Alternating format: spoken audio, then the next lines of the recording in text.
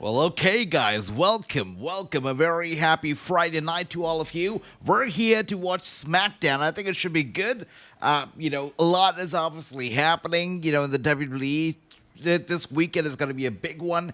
We got Worlds Collide, we got Money in the Bank, but tonight we got SmackDown, which should be good. John Cena's going to be in the house. Logan Paul's going to be there. So are going to be Cody Rhodes and Jey Uso. And then we've got a big six women's tag team match coming up as well. So, and Alexa Bliss is in it. So that's one reason to watch. So it's going to be, it should be a good show. It should be a good show. Let's see how it turns out to be. Great to see everybody. Clayus Car, we got Nevin over here. We got my brother True. Welcome, brother. Welcome. Great seeing you. And the show is about to begin in about 2 minutes. And as we're about to go on the air, I've got to say, what a crazy few days it's been, right? I mean, we saw Tuesday, by the way. Tuesday, we know that the highlight of the night, what everybody was talking about, Mariah May showing up in NXT, and obviously that was a big one.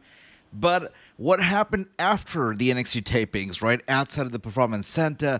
Apparently somebody, an obsessive, I don't know if we should call him an obsessive fan. I don't know if fan is a term that we should be using for that person, whoever that was, but somebody was caught outside of the Performance Center. Apparently somebody who was there for a superstar, as we've heard. So some scary stuff going on over there. Apparently that superstar being Liv Morgan, and that was a big one. And then we've got stuff happening, obviously, with Roxanne, which is also crazy, very, very insane. So, I mean, the whole, I don't know, people use the term fans for those people. I don't know if fans is the right term to be used because, wow, that is crazy. And it's like, it's such a bad mark, really, it's such a, I don't even know what to say. Terrible stuff, terrible stuff. Nobody should be going through the kind of stuff that these women go through, especially the WWE celebrities. It's crazy. And great to see everybody. We've got True saying, really don't care that Mariah is in NXT. Yeah, honestly, good for her. I mean, if she's happy, good for her, but she's got a lot to prove. And, it's not only her, but also the booking-wise. How are they going to book her? By the way, look at that. I'm actually on Netflix right now, and they're doing a little countdown to SmackDown. And I see a video of R-Truth popping up over there, so it's still crazy that they got rid of R-Truth. But it seems like TNA is going to be the most likely place that's going to be next for R-Truth, if he still wants to continue wrestling, that is.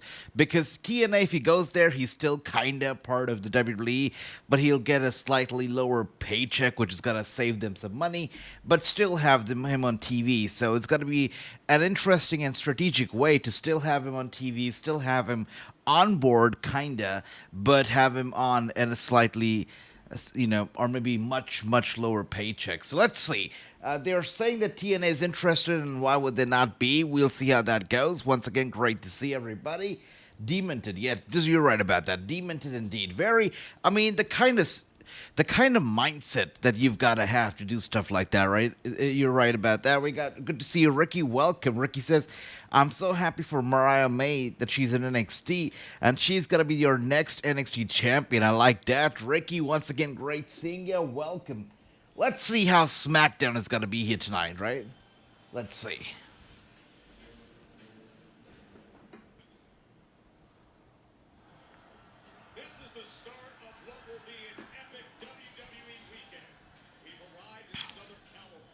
I was thinking, apart from Cody Rhodes, has there ever been an AEW star who actually, was signed by the WWE, but instead of going to NXT, he showed up straight on the main roster? Penta, right? Penta is definitely one. Ray Phoenix. So it's only Penta and Ray Phoenix that come to my head, right? Nobody else. Probably nobody else but Penta and Ray Phoenix. Everybody else from AEW has gone to NXT, correct? I think so.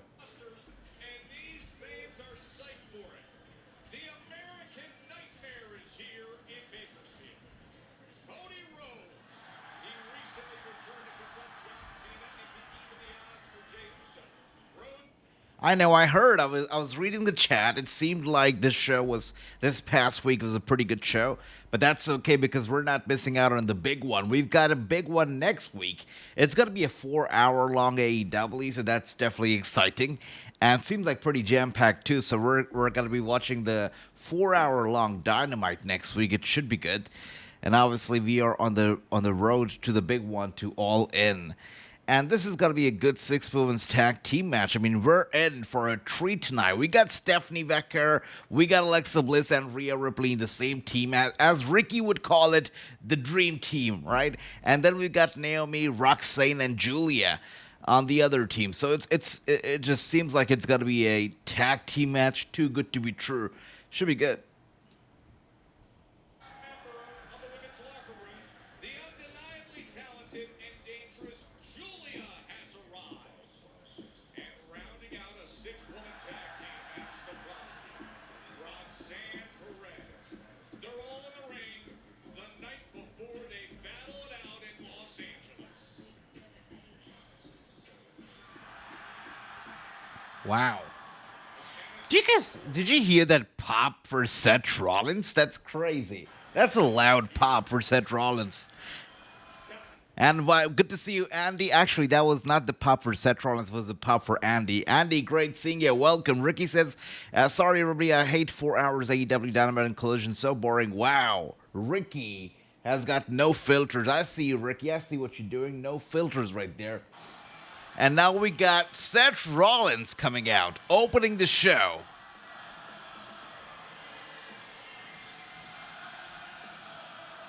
It should be good.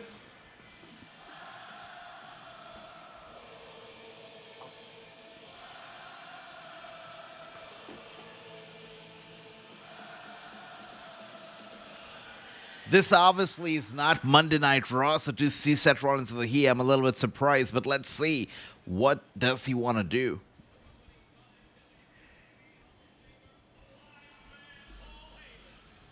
Listen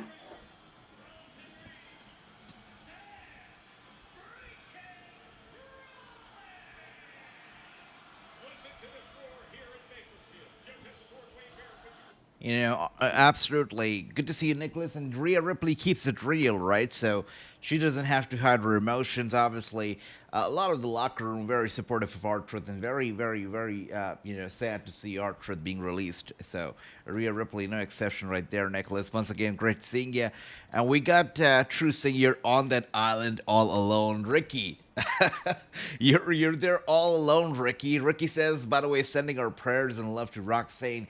Yeah, I mean the mental trauma that you got to go through first because of stuff like that is insane. So obviously wishing the best to Roxanne. Hope she's gonna be okay, and hope they're taking good care of her. But wow, the mental trauma that you gotta go through for stuff like that is, I guess, fame, popularity. It comes at a cost, and this is a cost that you gotta deal with, I guess. But it's crazy, People should not have to go through stuff like that.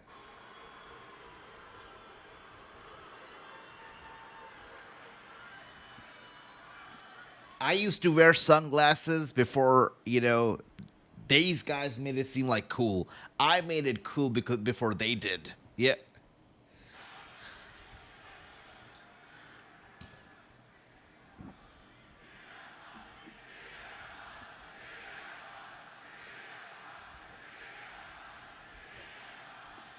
The CM Punk chants always gets Seth Rollins. He's not happy.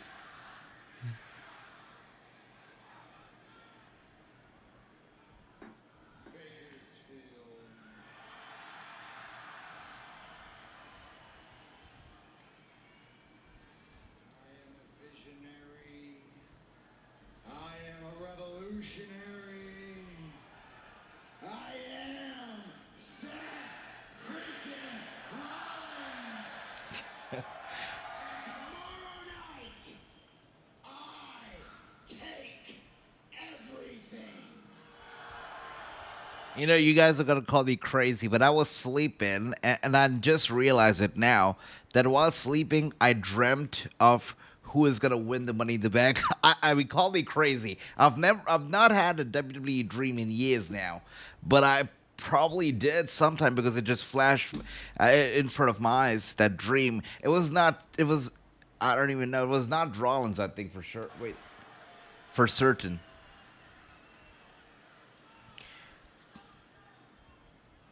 Look at that. LA Knight, brother. You know what? LA Knight put out a post recently on Instagram with him holding the world titles. I don't like LA Knight. I think he's slightly better than Matt Riddle, and I feel like that's definitely not a good comparison. I'm not a big fan of LA Knight, but I feel like those world titles, they looked pretty good on his shoulder. So I don't know. LA Knight probably. I feel like this match, Money in the Bank, should be all about giving an opportunity to those people who wouldn't earn it otherwise, who wouldn't be able to get there otherwise. Like guys like LA Knight, they're never going to get a world title shot in real life, right? So to get there through the Money in the Bank briefcase, I think that's what this briefcase is all about, and it should be all about. This briefcase is not meant for people like Cena or Rollins or Punk, who have been former champions or who've been there, done that. They can always do that again. It should be about the people who need that little push. So I feel like guys like LA Knight, they're the best contenders for this match, I feel. But let's see. Stood in our way. Poof, gone. Roman Reigns. By the way, we got Nartic in the house. Great seeing you. David as well. Welcome. And he is missing in action. Roman Reigns is not coming to save you. Roman Reigns doesn't care about you. Roman Reigns has never cared about you. But you know who has? You know who has? Seth freaking Rollins.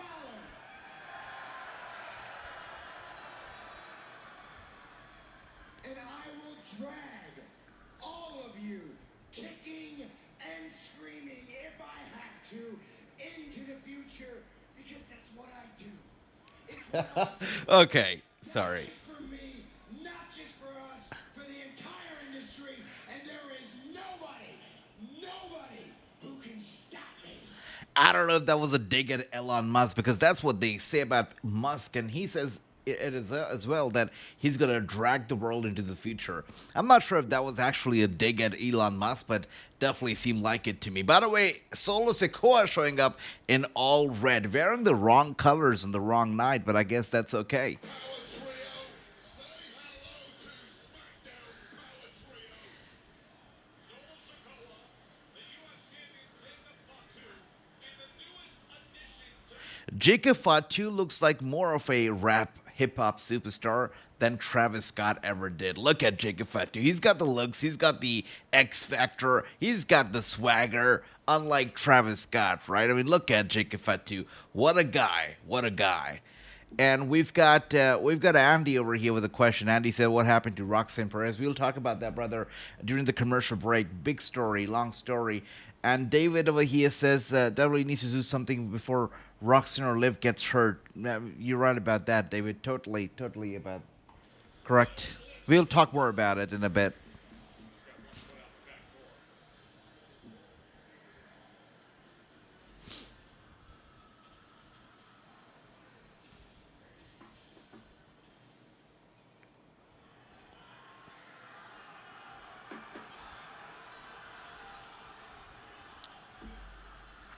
We're not getting a six-man tag team match again, right? I mean, we already have a six women's tag team match happening tonight. We're not getting a six-man's tag team match as well, right? We're not turning SmackDown to Tag Team Mania. You said that if anybody gets in your way, that you're going to lay them out. That's right. And you said that there's nobody here to. That's right. We're so getting a tag team match tonight. Come on. Well, we're standing here right now. Yo. The main event of the night. Six-man tag. Okay. Or maybe a four-man tag. Could be. Is that so? Yeah, I guess Rollins and Solo Sikoa take a backseat. Well, Seth, by the looks of it, looks like you got yourself a little bloodline here going on, huh? Who you supposed to be? Right hand man Jay Uso? What? Ah, that's funny. And you? Who you supposed to be? The honorary you, Sami Zayn? After everything we've been through, we went to war together at War Games. And now you know Paul, and all of a sudden you show up and team up with this guy? Oh, and you got yourself a wise man. Speaking of wise man, long time, no see. Wow. Face to face with Paul Heyman. Choose your next words very carefully. Interesting.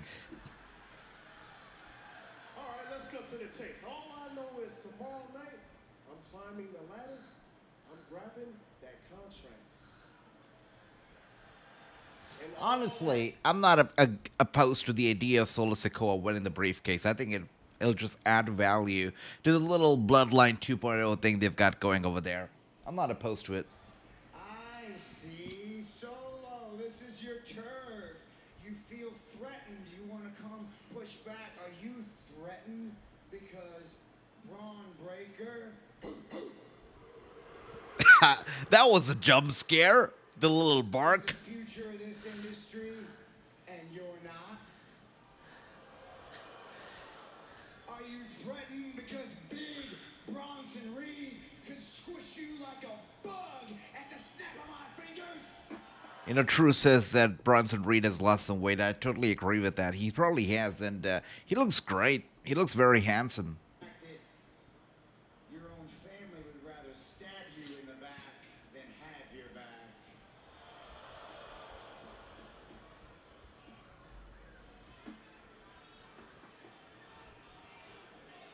What's up, Jacob? You look like you want to say something.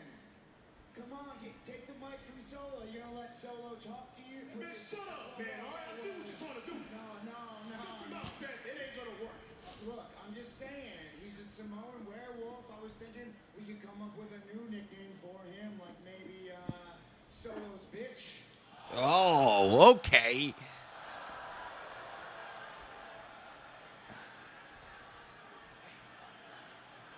No. Hey. In all seriousness, Solo, took a lot of courage, a lot of guts for you to walk out of here and talk to me the way you are. I can be honest with you. You're threatened by us. You're threatened just a little bit by one Fatu in this ring, but it ain't you. Yo, that's big, right? I mean, honestly, I'm with Rollins over here. Whenever I look at Solo Sikoa, it reminds me of Boss Baby. Yeah. He's like a little Boss Baby in that suit, right? They're done with Rhodes. Stepping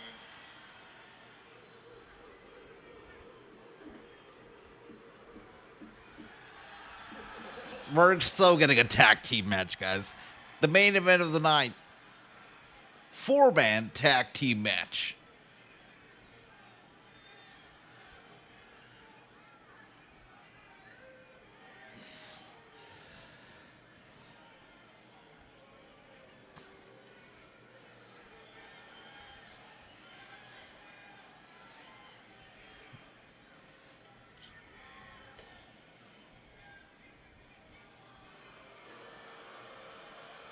Seth calling him off, but Breaker a little hesitant to break that face off with Fatu. Braun Breaker lacks the ability to flinch, but perhaps smart. 8-man. Now, I don't know. I don't know about 8-man or 6-man tag team match here tonight between these gentlemen, because I've got a feeling that Solo and Seth Rollins themselves are going to take a back seat, and they're going to have their, their enforcers do the dirty work tonight. I feel like it's most... Oh, wait a second. What's happening here? We got Jimmy Uso out of nowhere. Okay, did not see that coming.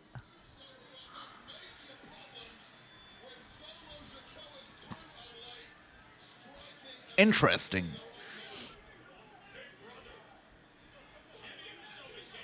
Well, there goes my theory of a tag team main event. We got Jimmy Uso versus. Do I have to call him that? Wow. You know what? That's almost uncomfortable for me. JC Mateo. Can I call him Jeff Cobb? Like JC Mateo is such a weird name. I feel like I'm talking about an Englishman or something when I call him JC Mateo. It makes no sense to me. No, I'll call him Jeff Cobb. I think that's much better. Jeff Cobb versus Jimmy Uso is up next. So much easier to say it than JC Mateo. I can't even put that on my tongue. That is weird. That's weird. We got True saying Solo is hilarious. I agree, especially his facial work.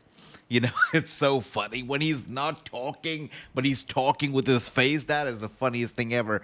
Anyways, we got Jeff Cobb versus Jimmy Uso right here, right now. Matanza. Interesting. I like that. I like that a lot. Okay, Matanza. That's sweet. That's sweet.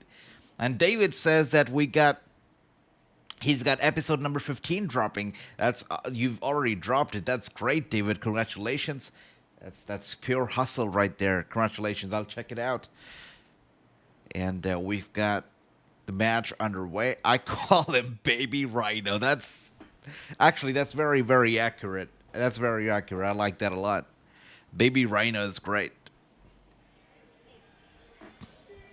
Now the new kid in town, powerhouse JC Mateo, prepares for action the night before. How cool would it be to actually see him sharing the ring with Rhino one day?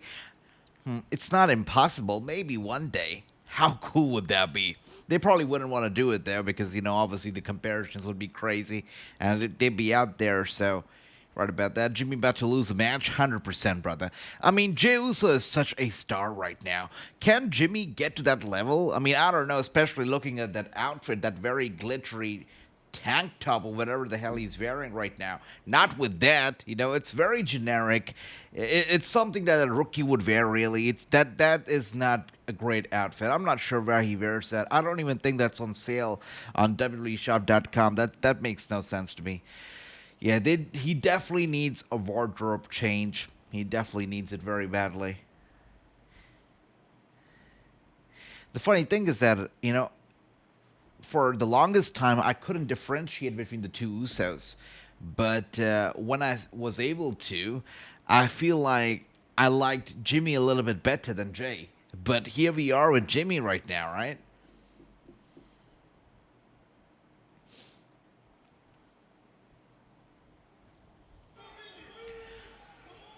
The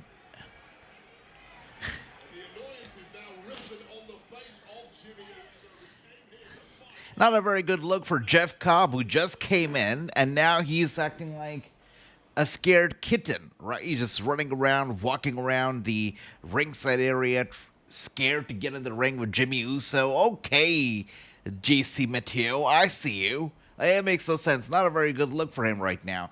Okay, so they're about to square off. I guess the match is going to end in a couple minutes now. And JC Mateo right there with a kick to the gut and a blow to the back. And now we got Jimmy Uso down on the mat.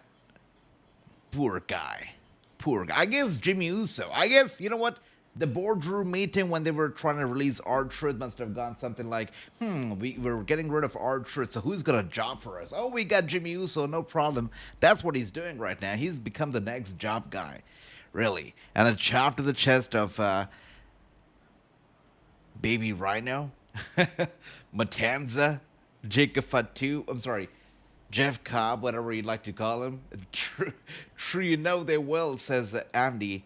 Hopefully WWE doesn't ruin AAA too, brother. Let's see what happens with AAA. We're hoping for the best, obviously, but let's see. Let's just see. It's tricky. By the way, I was reading through my old Instagram DMs. You know, I tagged Stephanie Vaquer in one of my posts. And when you tag somebody on your post on Instagram, you know, it shows up in your inbox as a message as well. So I just clicked on her name. And I was surprised to see, I don't know if you guys can see it through the camera or not, but I was super surprised to see this. 1 second. Stephanie. I don't know. This is probably too small for you guys, but you probably see Stephanie's name over there. I messaged Stephanie, right? I messaged her.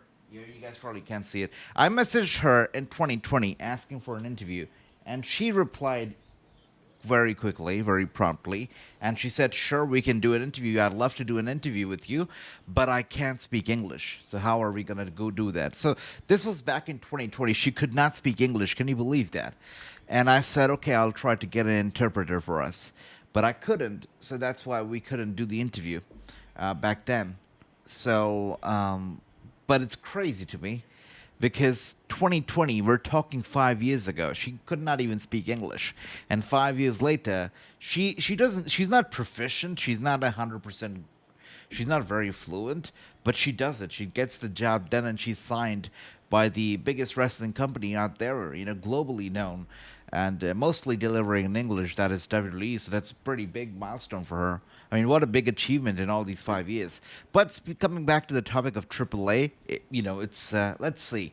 Obviously, it's a very strategic move because AEW was really gaining ground over there in Mexico with the work that they were doing with CMLL and everything. They were really capturing the whole lucha libre market. They really were. And WWE tried it for a long time, 205 Live and everything, Cruiserweight Championship, Cruiserweight Division. They could never get it done because they never treated it right. So now with AAA, I don't know. Let's see. Let's hope it's going to work out. Let's hope that it's going to be more than a cash cow for them because let's be honest, the WWE right now is nothing but a cash cow for TKO. It's embarrassing. It's really embarrassing, all the kind of stuff that they're doing, the ways that they're trying to make money of this company. I mean, I'm pretty sure you guys have all heard of the tables, right? Now, every time they pull out a wooden table, they gotta call it not a table. They gonna call it a Slim Jim table. Like, that's the most embarrassing thing you can do to your company. Every time a wrestler pulls out a table, that's gonna be called a Slim Jim table. It's gonna have a Slim Jim logo on top of each table, and I don't know. It's selling your soul. It's selling your soul. Yeah. By the way, this match is still going on. I underestimated Jimmy Uso. He's still going on right now, going for the big ass dive as well. And Jeff Cobb goes down hard. Jimmy Uso actually fighting back pretty good. Good for him. Grand Slam Mexico's in 2 weeks. That's what I'm talking about. AEW was capturing that market. It was gaining a lot of respect over there as well. And that's where WWE thought, okay, like, if we don't do something now, we're going to lose ground. So instead of going out there and, getting some partnerships done and stuff like that, they just go ahead and buy the biggest promotion over there. So AAA, hopefully it's going to be okay. Hopefully it's going to be okay. John Cena's character is TKO. There's nothing... Really, I mean, there's nothing... I feel like it's very funny that he said John Cena's character is TKO. It's very funny because, when it comes to TKO, there is no character. They are invincible in terms of character, right? Because there is no character. They'll go all out. They'll sell their soul for some money. But John Cena, I feel like it's the biggest cash cow for them because obviously this whole retirement tour is nice and sweet. It's great for the fans, good for Cena, great for TKO. I feel sick to my throat whenever I think of John Cena showing up every single week. But every single week that he shows up, he'll wear a new t-shirt. He'll wear a new wristband, armband, headband, snapback, t-shirt, everything. Towel. Everything's going to be new every week that he shows up. It's crazy to me.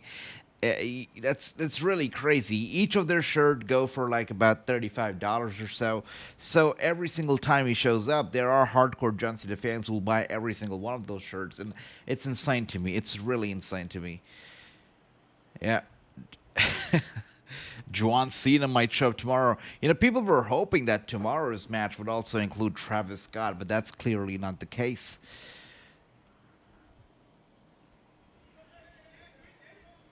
Why is this match still going on, though? Conversations have been going on for weeks between the two brothers. And Jeff Cobb is still dominating.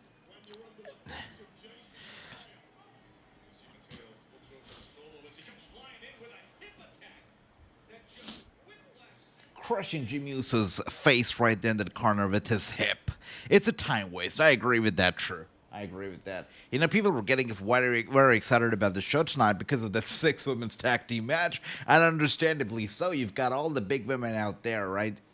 All the women that people love. You got Naomi, you got Stephanie, you got Bliss, you got Roxanne, you got all those people, Giulia. So obviously people were excited. But then I thought to myself, they're building the show with only two things: John Cena, obviously, and the six women's tag team match. What about everything else? In these 3 hours, not forget, SmackDown is 3 hours, not 2 hours. And in the preview for the show, they only had two things. That was Cena and the six women's. What about everything else? So let's see.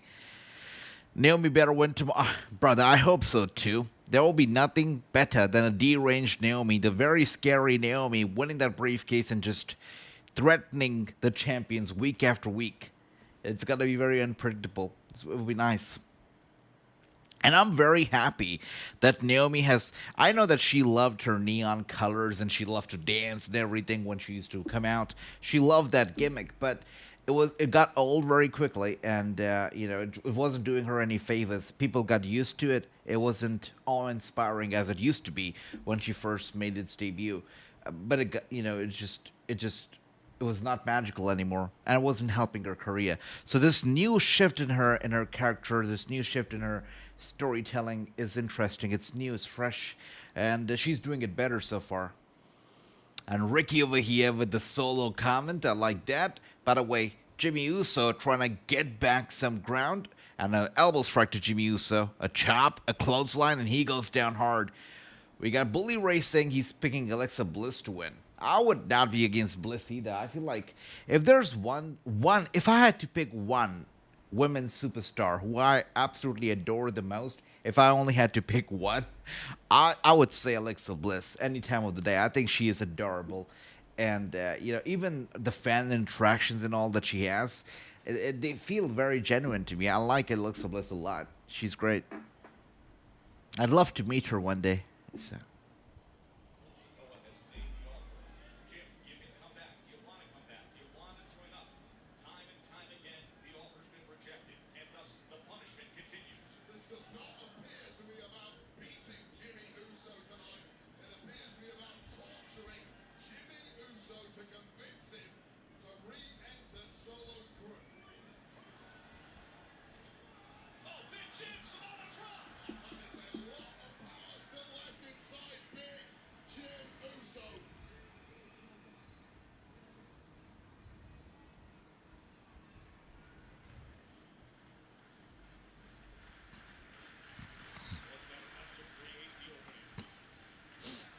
Very good, actually. Very good point there, Andy. So Naomi has said it before already that she does plan on being a mother, and she's gonna do it soon because obviously the biological clock, so you got to do it soon before she turns 40, I believe. That's what she wants to do. So she says that she only has a couple years before obviously becoming a mom, and she doesn't know if she's going to be able to wrestle after that because she's a little concerned about her body. She's a little concerned about her figure. She's a little concerned about her in-ring abilities after becoming a mother and the time that she'll be able to give it to wrestling, obviously. So she's concerned about that. She's worried about having to start all over again from scratch if she becomes a mother. But she says that Jimmy wants, obviously to start a family, and apparently that's what they're gonna do. So she knows, she realizes that these couple years are probably the last of Naomi, because she doesn't know if she's gonna come back. So that's a big one. By the way, Jimmy Uso still wrestling, still fighting back. I thought this was gonna be a 2-minute match, and that probably would have been better. But okay, Jimmy Uso running over to Jeff Cobb, and Cobb now grabbing him from behind. I think he's going to go for the German suplex, but Uso with an elbow strike and trying to go for the Irish whip.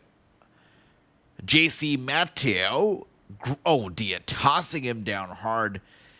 And Jimmy's out. JC going for the cover, and Jimmy kicks out barely, but he still does. I don't even know why Jacob Fatu is over there. I mean, he doesn't look happy. He's not smiling. He's not flinching. He's got no expressions whatsoever. She will get bored and want to wrestle. Yeah, she says that the one thing that concerns her is having to start from the scratch, start all over again. but I feel like if you look at the recent few wrestlers who did become mothers, they've been just fine. They've come back to a great pop. Look at Bliss, Becky. Well, I wouldn't say Becky Lynch, but look at Bliss. She's great. Becky was here before, then she took some time off. I don't know if she's gonna be here for good now or she's gonna take a time off again. But Becky has been very on and off. Bliss, I hope she's gonna be here for good now. And wow, are you kidding me?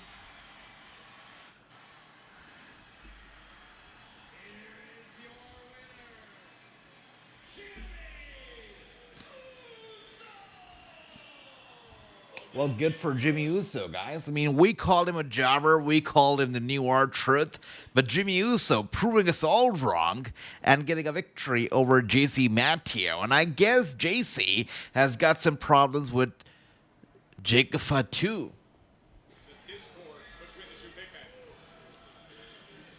Once again, Solo Sikoa needs to pull out some major diplomacy before these two explode at each other. By the way, guys, random thought in my head, but I've got a question. Is there a reason why Jeff Cobb was renamed to JC Matteo, but Jacob Fatu, he's still Jacob Fatu? Is there a reason behind this, or there's no reason whatsoever? Like, why? Really, it just popped up in my head, this question. Becky isn't built like Naomi. You're right about that. She's very thin. Typical WWE, says Andy. Yeah. Okay, so we've got this big segment coming up. Jey Uso, Cody Rhodes, John Cena, and Logan Paul. We'll see what happens there. But now we got Vaquer, the U.S. champion. And Giulia. Had major intentions very clear last week. But allow me to make something very clear to you. That I have worked my ass off to get this. And if you want a shot at the Women's United States Championship, you are going to have to pry it from my lifeless. No, no. I like you. You are confident. Wow.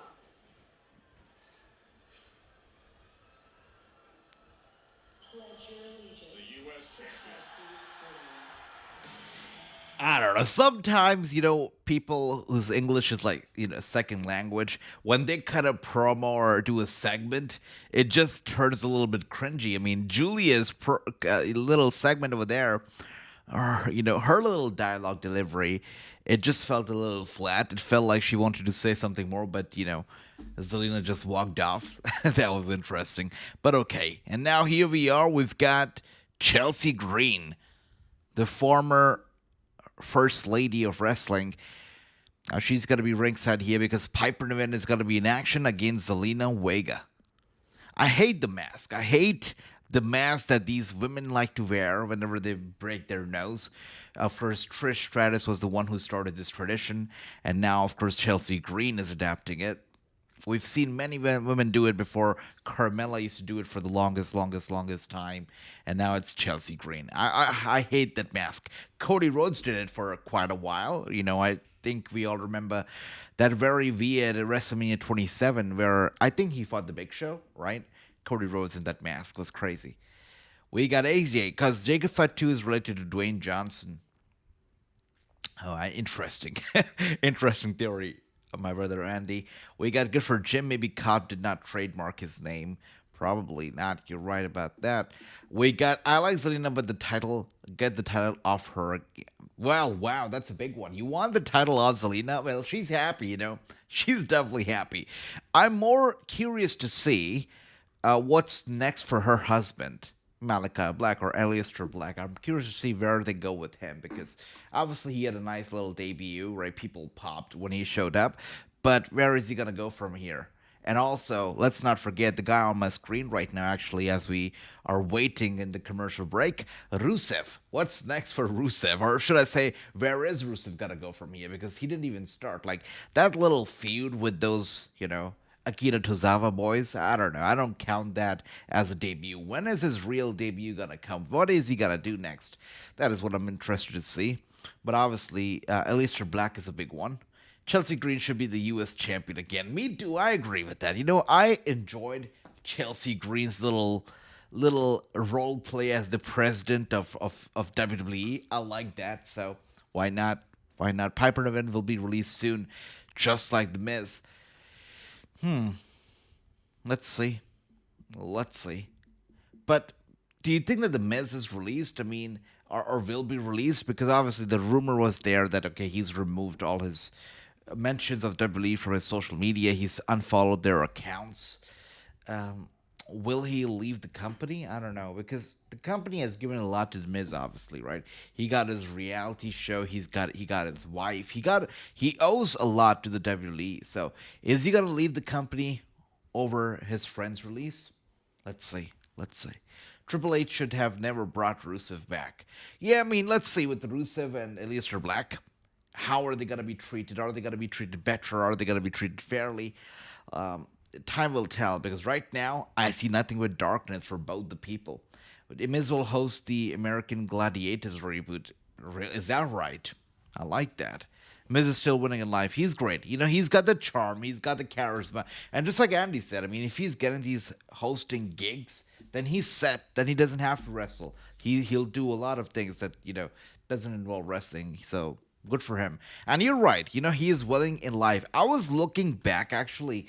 I'm pretty sure you guys must have also seen this video. I think this video was shared in our Instagram group as well. It was a video of Maryse giving a backstage interview back when she was a Divas champion, and CM Punk was just walking past by, and he was wanting to cash in his briefcase, I believe, for that title. It was a funny video from back in the day, and I was amazed because Maryse back in the day looked great, but I realized that today Maryse probably looks 1,000 times better than she did back in the day. What a glow up that she's had. I guess, money and love, when you've got both, it does wonders for you, right? So she looks great. Miz has been around for 20 years. It doesn't feel like it, honestly. I mean, looking at him, it doesn't feel like the guy's been wrestling for 20 years. He looks great, fresh, young. He looks fantastic. And so does Maryse. Both of them, fantastic. What you going through, I've been there, and I don't envy it. But regardless of your situation, man to man, face to face, I want you to know, at some point, I'm coming for the U.S. Championship. I thought he made it pretty clear last week that he wants that U.S. title. Because if you don't take care of your business when it comes to me, and you back in the line with it, just like the rest of these suckers. Y'all know what I mean? I like that. I like that a lot. I would love to see a match between the two for the U.S. title. Let's do it. Let's get down to the business. Let's get down and let's start having championship matches, because that's what it's all about. Nigel, great seeing you. Welcome. Welcome. We got Andy saying, I'm so glad that she got past her health scare. Me too, brother. Absolutely. And we got Zelina Vega coming out over here. The unwanted, should I call her the unwanted U.S. champion? Because I think nobody wants her to be the champion. And we got Vega coming out over here. Good to see her with the high fives and everything. Nice.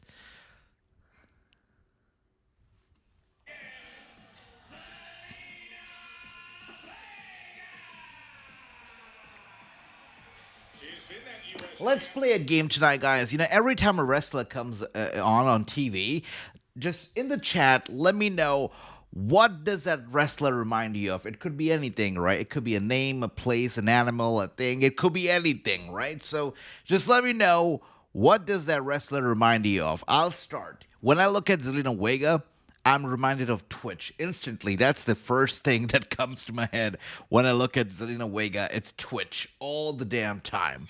But yeah, let's play this game for every single person tonight. Who is the person that comes in your head when you see them? 1 second, guys. All right. Has been on a tear against Chelsea Green at the Secret Service. She's won 7 of her last 8 and 4. Somebody enlighten me. What is a Bakersfield brawl supposed to mean? Somebody let me know. A Bakersfield brawl. I've been watching wrestling for quite a few years. I've never heard of Bakersfield Brawl. Let me know, guys. We got Andy saying, AJ, keep your eye out for your AEW Tag Team Private Party coming. Really? Okay, I had no idea. Honestly, stunned to read this comment here from Andy. Oh, I guess this is what a Bakersfield Brawl means. Kendo stick in play right now, probably a no DQ match, and we got Vega. Kendo sticking the heck out of Piper Niven, but Piper Niven grabbing the stick, headbutting Vega, trying to buy herself some time over here, I guess. The kendo stick down on the mat, and Piper now trying to, I guess she's going for the little body slam, but Vega slips away. There you go, grabbing the stick again, and Piper Niven kendo sticked one more time by Vega. Vega throws the stick outside. A code breaker from Vega to Piper. Piper is down. That was a nice code breaker. You know, I'm a sucker for code breakers. Code breakers, belly to belly, German suplexes. Give me that. Give me all of that. I'll take it. Private Party have heard Street Profits Challenge. That's very interesting. That's very interesting, Andy. I'm surprised. I'm honestly surprised. How many AEW guys do they need, right? I mean, it seems like they are going all out to get these AEW. I feel like this is just their attempt to go at AEW. I don't know. I don't know how I like it.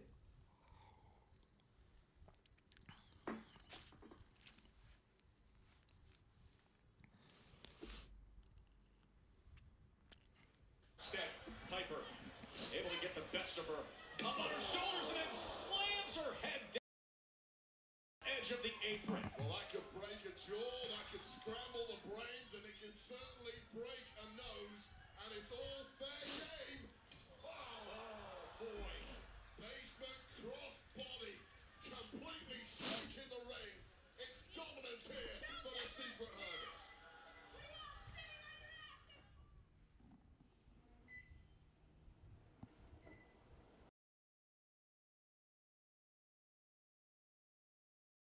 All right, so I'm assuming it must be commercial break for some of you guys over there, but for us, we're still able to watch SmackDown on Netflix, and as we can see right now, we got Chelsea Green having a little fun over here ringside, trash talking with the commentators, with the fans, and Piper Niven on the outside, actually, she is trying to, I think she grabbed some kind of a chain from under the ring, and she's got the chain into the ring over here. And of course, the Slim Jim table. I think she's trying to, or maybe not, actually. I thought it was time for some sponsorship message, but no, not really. Piper Niven tried to grab the table, pull it outside, but because the fans got all excited, she slid the table back under the ring. So she's not going to be using a Slim Jim table tonight. But instead, we got a chain of some sort, and we got 2 steel chairs that have been slid into the ring by Piper Niven. I don't know how she wrestles, honestly, in that suit. And you got the shirt and tie.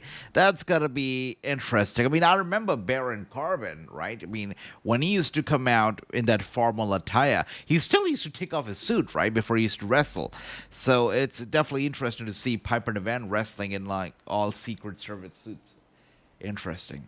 And we got Vega trying to fight Piper, but Piper once again getting the best of Vega, sliding her back into the ring over here. I wonder if Chelsea's still not... Oh, she's not true. She's not. She's not. She's not made for stuff like that. She has said it. I'll tell you, I found it very unappealing when she announced that, because I felt like that was something that fans did not need to know. And when I read that interview, when I heard Chelsea Green say that, I was a little turned off. I was like, wow, we did not need to know that. It was like not needed. But it's like one of those Shotzi kind of a movements that you just do not forget. I still remember that. She doesn't wear that in the ring. She says she likes to go, and the word that she used was commando.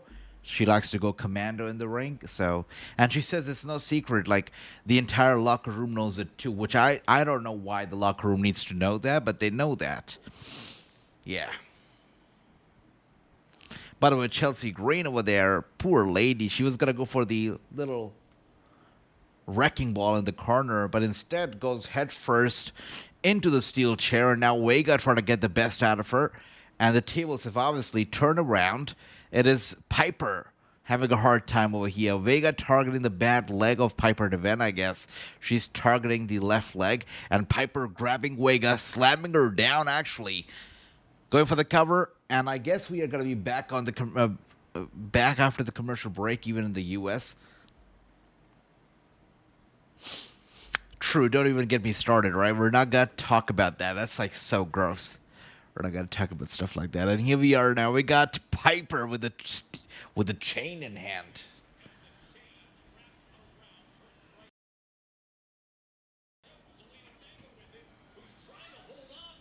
This is my favorite moment. You got a referee there who wants to jump in, but there's nothing he can do. It's all legal. And Zelina Vega is going to have a star for a smile after this. Well, like the Joker from the Dark Knight.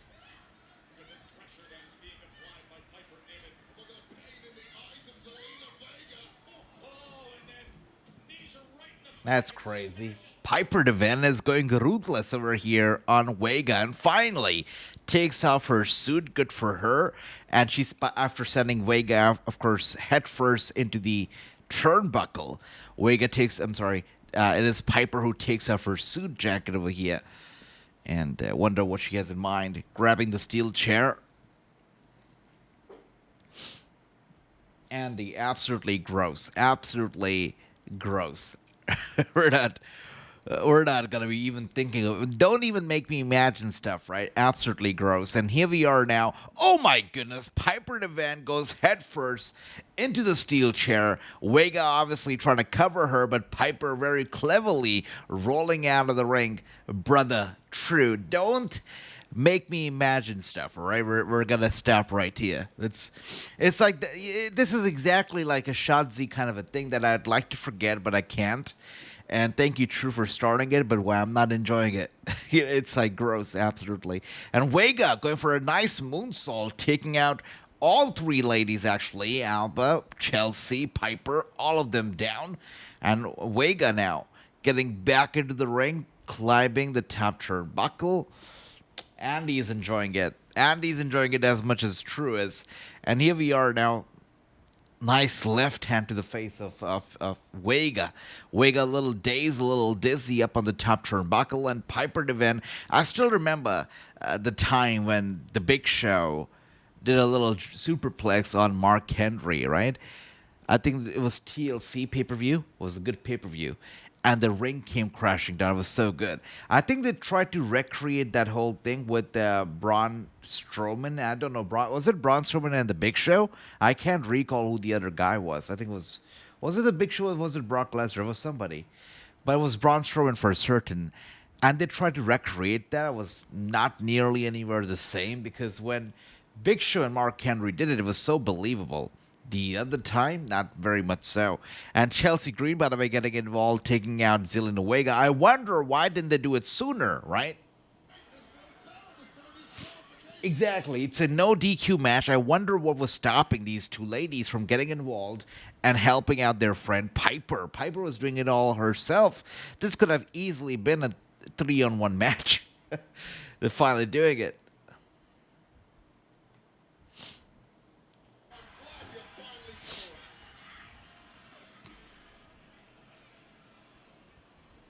Oh, we're Cena bringing a table into the ring as Niven slams down sit out. Body slam, by the way, to Vega on the outside. Vega is down. Mariah May's unbelievably gorgeous woman, says Andy. You know, I remember back in 2014, around that time, if you bought something from WWEshop.com, you could get on Twitter and you could upload a picture of you wearing that merchandise and you would post it with a specific hashtag. And if WWE liked it, they would often post your photo on their website. I did that as well a couple times in the past. And I remember seeing Mariah May do that a lot back in the day as a fan. She used to pose for WWE merchandise. I think she was maybe an affiliate or something for WWE Shop. And she used to do a lot of she used to end up on WWEshop.com a lot as a fan wearing their merchandise. By the way, Giulia over here getting involved, trying to even the odds over here. And I feel like Zelina Vega is going to go for the Slim Jim table spot. Obviously, the Slim Jim table. I hate to call it that, but that's what they want you to call it. And Piper going through the Slim Jim table, courtesy of Giulia, going for the cover. And we got a winner over here. It is Vega with the victory. Good for her. Good for Vega. Good for Vega. I like that. Devin, congratulations. I'm happy for you. Seems like you got some... wow, you got a diploma. That's amazing. Congratulations, brother. That's a big milestone. That's amazing. That's amazing. Give it up for Devin, guys. Give it up for Devin. That's amazing. And we got Chelsea won't let anyone else win that title. Yeah, I really am hoping that she wins it soon. And the numbers game is going so south against Zelina Vega. She raises her hand in appreciation. But if this lady, oh, there we go. Giulia getting involved. I saw it coming. Yeah, I mean, I guess like Chelsea Green is not going to win that title anytime soon because Giulia wants it as well. And if Giulia wants it, Giulia's going to get it. Giulia is going to be the next U.S. champion. There's no doubt about that. By the way, you guys still remember that time? Was it Austin Theory? I mean, my memory's a little fading. But it was probably Austin Theory, right, who cashed in his briefcase for the U.S. title, right? What a stupid thing to do. What a stupid thing to do. You never cash in your briefcase for a stupid-ass mid-card title. You never, ever do that. It was a stupid, stupid thing to do. All right. I see Giulia. She's going to take the U.S. title from Vega by Summer. I agree with that, Ricky. Totally. Absolutely. And here we are with Jey Uso.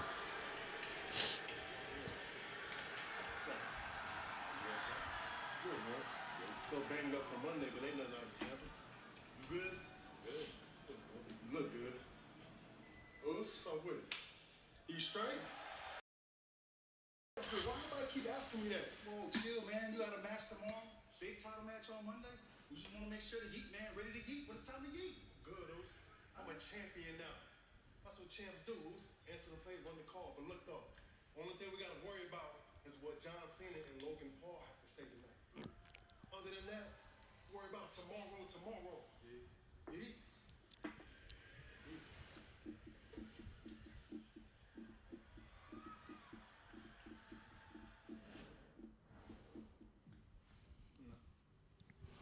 Finally, Aleister Black. Okay. I had convinced myself that someone of your standing, Should be interesting. so loved by the WWE Universe, using the black mass.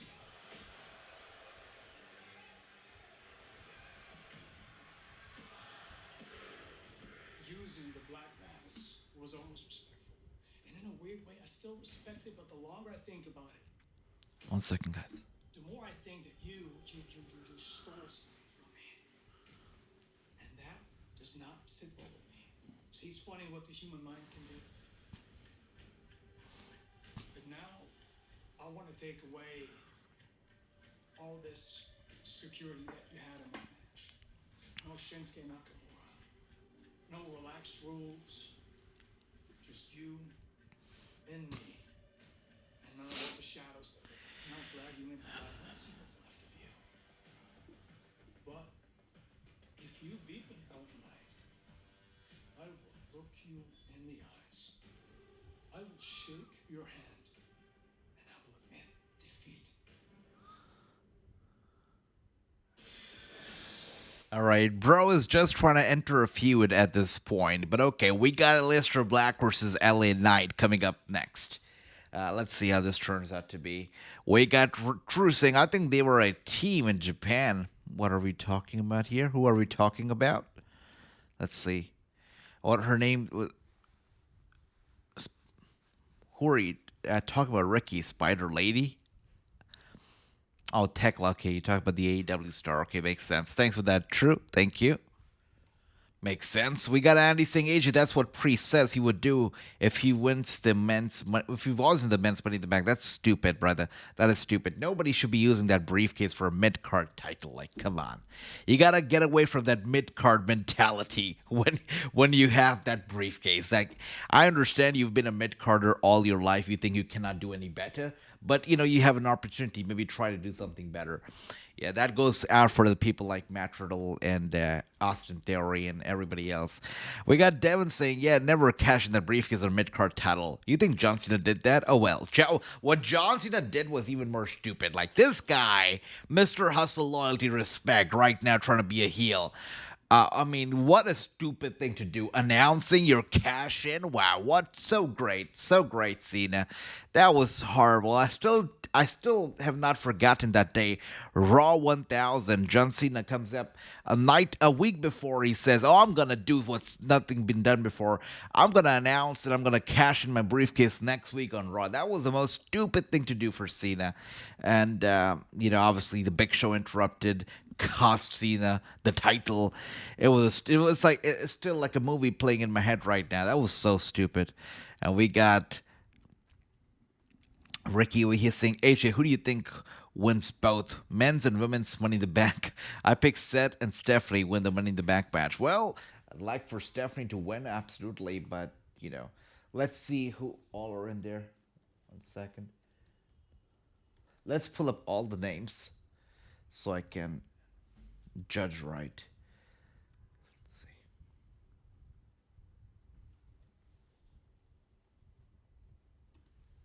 Okay, so how many matches do we have on the pay-per-view though? We got 4. I think we got 4, right? That's what they usually go with.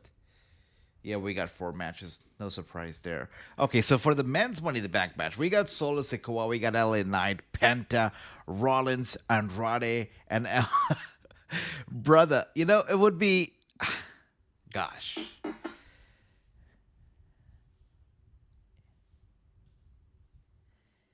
You know what, guys? Call me crazy, but I feel, yeah, I think that I'm being a little bit crazy over here, but I think it's gonna be I don't want to say it. I don't want to say it. But I think it's going to be El Grande Americano or Penta. I feel like it's going to be one of these two. Penta would be nice, but El Grande Americano would be a slap to the face of everybody watching it, tomorrow. But I feel like it's going to be either one of these two. And they could, try to do something like maybe El Grande Americano cashing in on the AAA champion. It could happen, right? Just stealing away that title. It could happen. I'm just trying to think right now.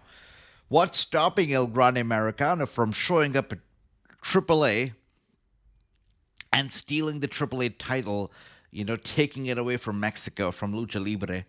What's stopping him from doing that? So I think it could be El Grande Americano. They could do something funny there to cross-promote AAA and WWE. I think it could happen. Yeah, I'm actually going to go with El Grande Americano. I'm going to go with it. Just random thought in my head. I think I could be wrong, but that's just my immediate thought. Bliss, Roxanne, Rhea, Ripley, Giulia, Naomi, Stephanie. Over here, I would say I'd love for Bliss to win. Absolutely. Stephanie will get her shots. I'm pretty sure about that. I love Stephanie too, but, I'm not going to mess there. Roxanne is good. Rhea, no thank you. Giulia, no thank you. I think she already has her eyes set on the U.S. title, so we don't even need that. Naomi or Bliss, that's my pick. I love Bliss and Naomi both, so a little biased there as well, but let's see. By the way, LA Knight coming out here looking good, looking fresh in that green. We got...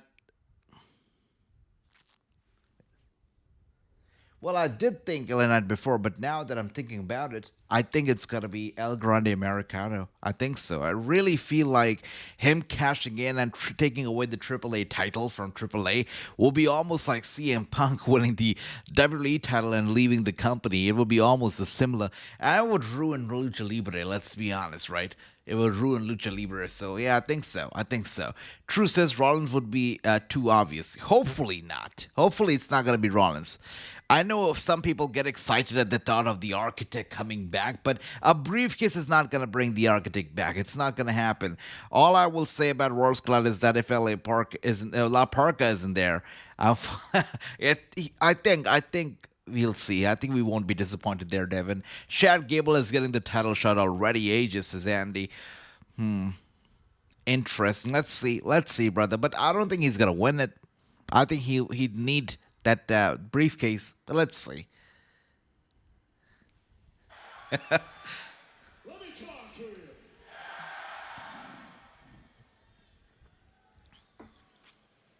It's that time of the year again. Yeah. It's Money in the Bank. Poor guy, LA Knight had to remind the fans to say yeah. That's so funny. Everybody's over the yeah chance except for LA Knight. Yeah. Poor guy has to remind everybody to say yeah. Money in the Bank. What's that, sir? You said third time's a charm? What you think? Third time's a charm? Yeah. But I'm not satisfied with that. I'm not happy with that because I look at... He's definitely not happy with the yeah chance tonight. Nobody's chanting yeah. It's an embarrassment. We like him a little bit. We know he's going to do everything under the sun to try and reach up and grab that case. Yeah, let's face it, guys. The whole yeah chance it's done for. I don't see a lot of people behind him as well. They don't seem so interested. They don't seem like they're into it. I see a lot of people looking down at their phones, barely chanting yeah. Let's be honest. The time of LA Knight is up. It's over. The yeah time is over. I get to those two guys that maybe we can respect a little bit. Then we get to the goon side of things.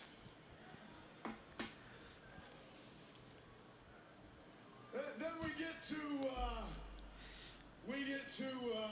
El Grande Americano Gable. Well, that was a mixed reaction. We like him or we don't.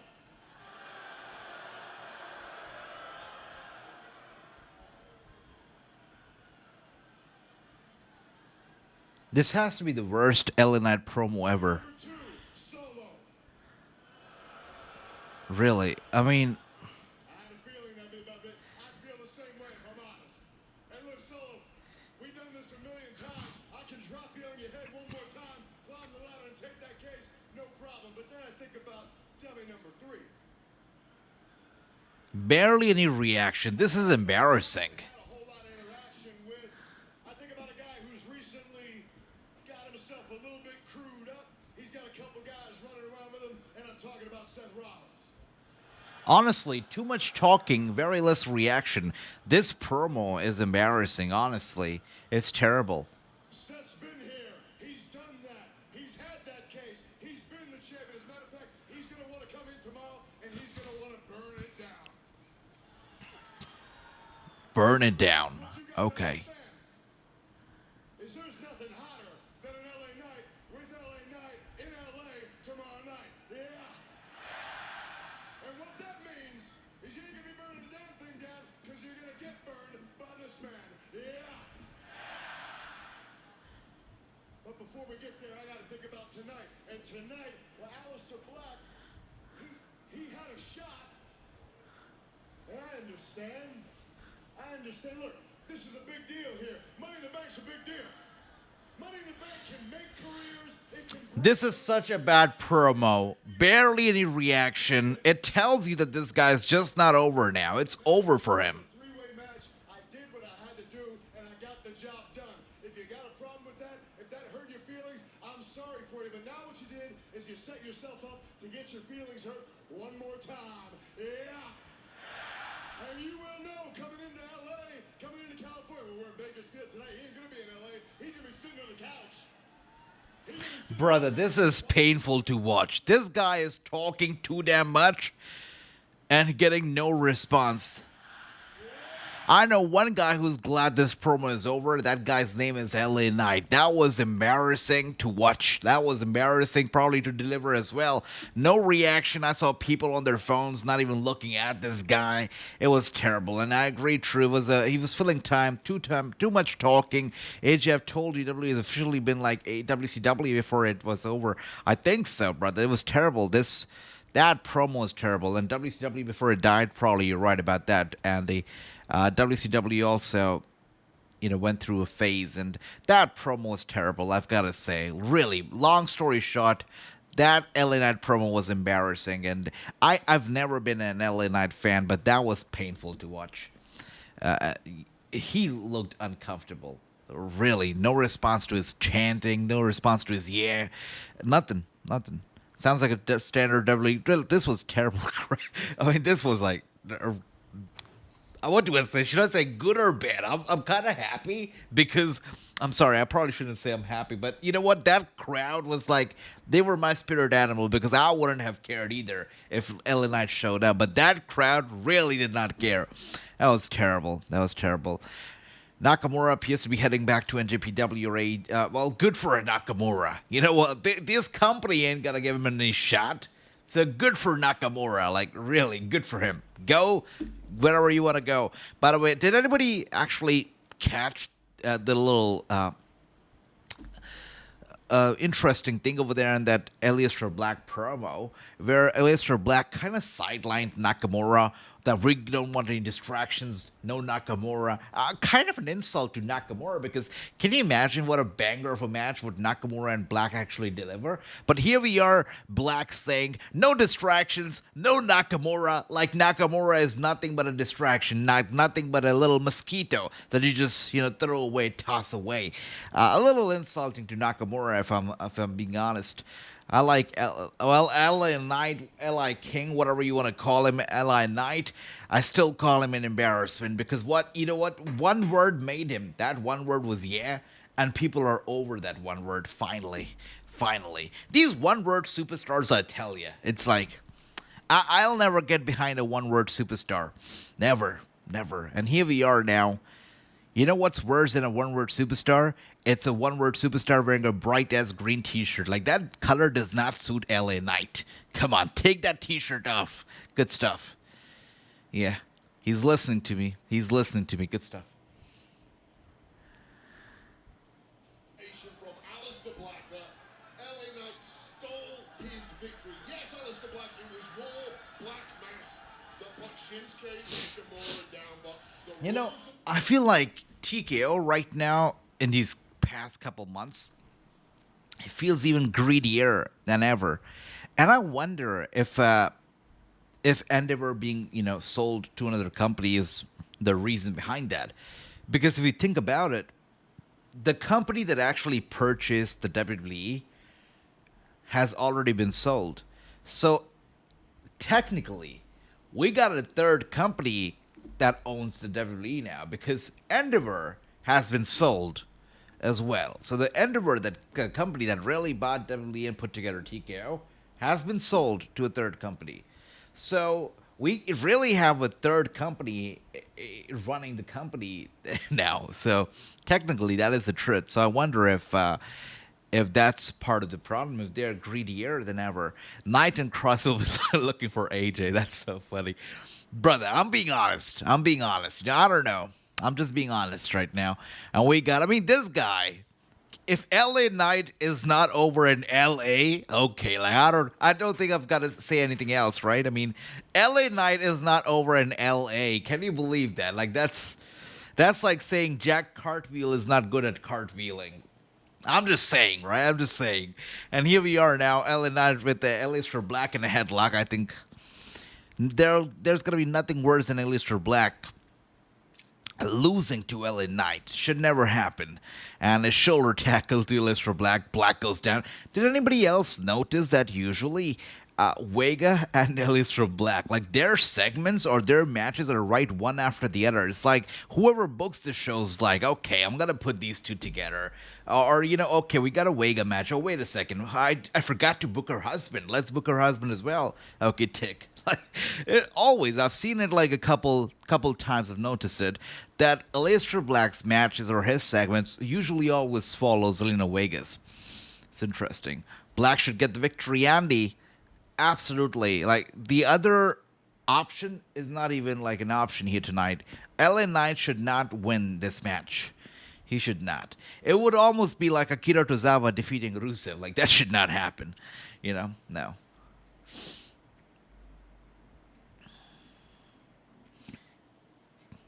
Also, I've got to give credit where it's due. I mean, LA Knight can talk, and he can talk like two times better than Jey Uso can talk. But still, Jey Uso gets a pretty good response from the crowd, unlike LA Knight. Yeah.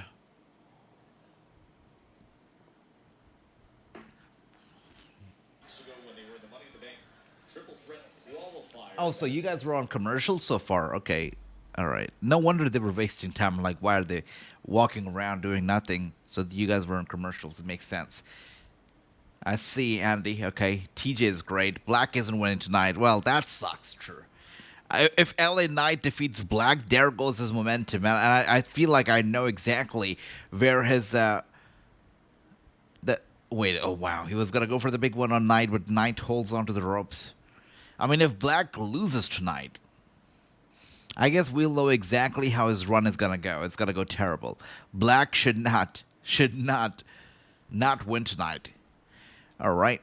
Once again, circling around the ring, staring down at each other, Knight and Black, and they are locking it up now. Trying to overpower each other. We got LA Knight in the... Oh, wow, actually, they're both fighting, circling around the ring still. What is going on over here? Wow. Are they going to go for a second? Oh, wow. Look at that. Finally. That was exhausting to watch. Okay. But we got Aleister Black in the corner now. Knight. All right. Headlock applied on Knight right now. Knight is down on the mat. Aleister Black in control here, or so it seems. There is a price to pay in the form of fatigue. By the way, we cite the 24 matches. He has 13 wins. Now, it's the second most total wins in WWE. Stephanie Vaquer. I heard that Peacock is happy or NBC is happy with the... Oh, wait. Is it... Whatever channel it's on right now in the U.S. Is it USA? I think it's probably USA, right?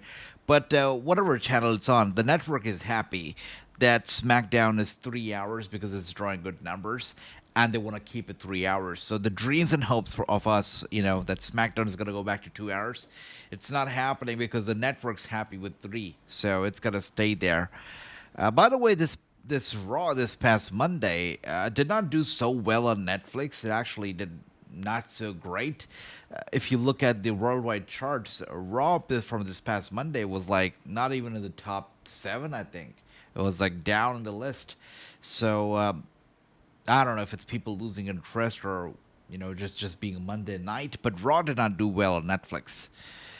And the ratings are on a decline. Brother, what do I say? I was thinking that, okay, where is Bro-Man, right? I mean, we were talking about Stephanie, and I was about to say, you know what, I'm not gonna cheer on Stephanie, or I'm not gonna be rooting for her because that's Bro-Man's girl. And I was like, where's Bro-Man tonight? And he shows up. Good to see you, Bro-Man. Welcome. Stephanie is gonna be in action tonight, Bro-Man. You were almost about to miss out. I was about to make a Bro-Man Stephanie joke, but then I stopped because I realized you're not here. Great to see you. Great seeing you, brother. Welcome. Raw wasn't good, says True. Yeah. No wonder the ratings are declining. And, they should... Hopefully, I really hope that this whole WWE Netflix deal goes well and, maybe gets renewed the next time that it's up for renewal after 10 years, because the Fox thing did not go well. Like, I remember Fox being so excited when they first got the WWE on board, and they were doing the shows on Fox. Fox was so excited. Like, they wanted all the big stars, they wanted all the shakeups, and they were like advertising and everything. They were like grinding for WWE, but obviously did not work out too well, did it? So I hope that Netflix works out better, though. Kickboxing gyms that Alistair Black prowls, lateral press, training with world champions, and simply nobody has found an answer to it yet here on SmackDown. That's exactly what you're talking about right there. As Black with the leg sweep, and then the sliding knee comes in. And at this point, if you're LA Knight, you're begging somebody to grow. Oh my goodness! What the hell was that? Like, was LA Knight supposed to fall down himself? Like, this guy can't catch a break. What an embarrassment! What an embarrassment, LA Knight. Wow.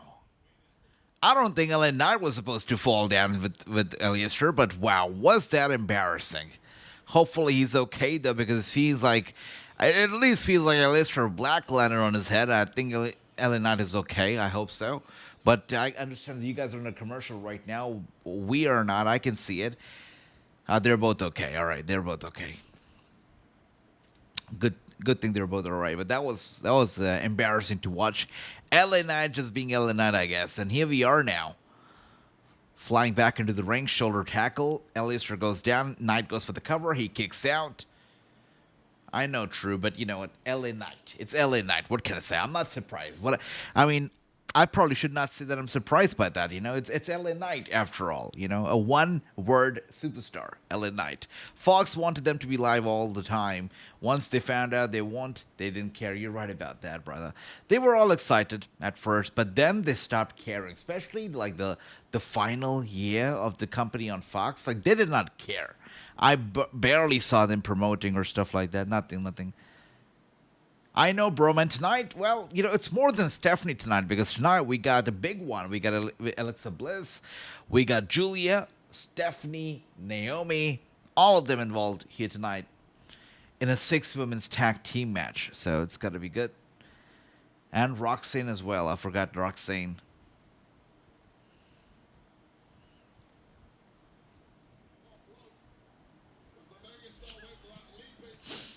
Nah, he's fine. And he used to be good, but I'm just judging him, based on his recent performance, and it's not been good. It's not been good. This guy has almost been like Ricochet. Remember when he was in WWE? I could not stand Ricochet. And it was really not always Ricochet's fault either. It was the company as well. And, I couldn't get behind him. I think Knight is in the same position right now. I just can't get behind him. It is. It is, bro, man. It is. But Ricochet right now, if you look at him cutting promos, doing his thing on social media, everything that he's doing, it's entertaining. So, and, I like Ricochet better now than I used to when he was in the company. So that's that. But with LA Knight, I'm not saying that it's only WWE. It's definitely also LA Knight. I've got a special kind of a emotion when it comes to LA Knight. It's not great emotion. And here we are now. It's LA Knight who's gonna go for a superplex on Aleister Black. By the way, Logan Paul, he is a crazy cat. I don't know if you guys caught that. So he posted a graphic of Trump versus Musk. He posted it, a match card graphic of it for SummerSlam on his Instagram. Deleted it a little bit later. I was certain that he deleted it, and but I was like, wow, this guy has the audacity to do what. I mean, if had it been any of the wrestler, probably would have been in trouble for that. But if Logan Paul, he's fine. And unless we're going for the cover of Night, it's a 1, it's a 2, and a kick out right there. Ricochet having a blast. Yeah, he's, you can tell when somebody's having a blast and when they're not. But with the Ricochet, you can tell that he's actually having fun right now. And, I'm also happy for Samantha because, honestly, she's doing what she loves to do herself, right? She loves singing, she loves performing, and she's able to do that. Obviously, it's off to a rocky start right now, but wishing the best for her, and that's what we can do as fans. But it's good to see Samantha and Ricochet both, you know, I would say they're giving priority to their own happiness than anything else, and that's great. Once you can afford to do that, you should do that, and I feel like both of them are now in a position where they can now afford to prioritize their own, I guess, happiness, right? So it's great. And here we are now. Not that Ricochet is not making enough money. He's pretty sure he's making a ton of money right now in AEW anyways. And LA Knight now. Going for the big one on Black and Black here with a nice counter. A kick to the side of the head. A roll up on Black. Black kicking out. A nice elbow strike. And they're trading elbow strikes right now. Black and Knight. Knight gonna go for the big one, but Black with a nice kick straight to the head of LA Knight. Oh dear. Big ass kick straight to the head of Knight, and now he was gonna go for a moonsault, it seems, but a springboard it seemed, but Knight grabbing Aleister Black. Oh dear.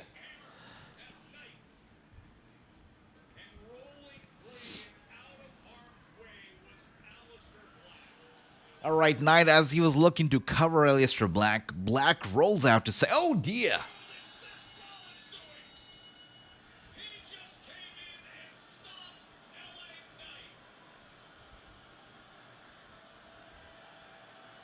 Seth Rollins stomping him in the head. LA Knight has been stomped by Seth Rollins. Of course, this match ending in a DQ, but a DQ victory for Knight. What is this for? The Money in the Bank ladder match?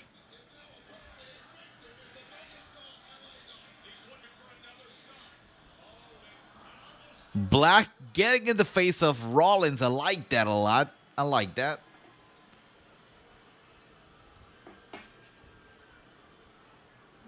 Got Braun Breaker.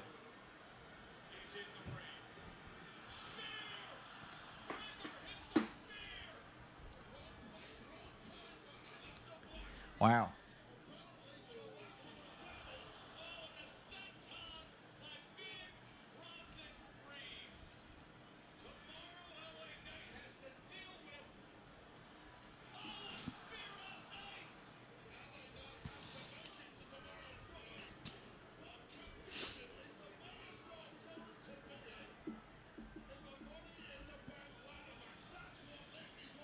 Well, quite a statement over here at the expense of LA Knight. It's Seth Rollins, Bronson Reed, Braun Breaker taking out Rollins to make a statement for tomorrow night, Money in the Bank. We got Andy saying Lillian is going to be the ring announcer for Rose Collide. Brother Andy, the only thing that I can say about Lillian Garcia is that she can announce whatever she wants, whenever she wants, and I'll be happy, and I'll be rooting for her. I love Lillian. I think she's great. And she's probably one of the very few WWE personalities who has no haters, or she probably does, I don't know. I guess like everybody has haters these days, but Lillian is probably one of those very few who have very few haters, or most of the people love Lillian. She's great, always very graceful, great on the microphone, great personality. She's great. I love Lillian. So whenever she wants to make an announcement, show up. I'll be rooting for Lillian Garcia. That's the truth.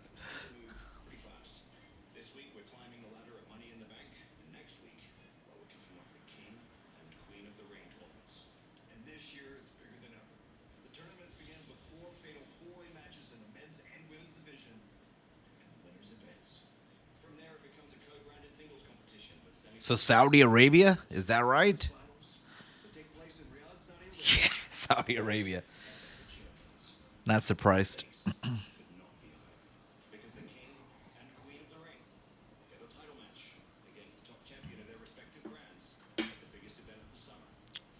Oh, I like that. SummerSlam.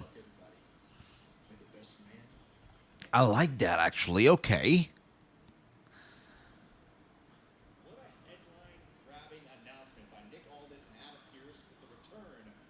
So King of the Ring, you win that tournament, and you go for the world title match at SummerSlam. I like that a lot. Okay, that's sweet. That's sweet.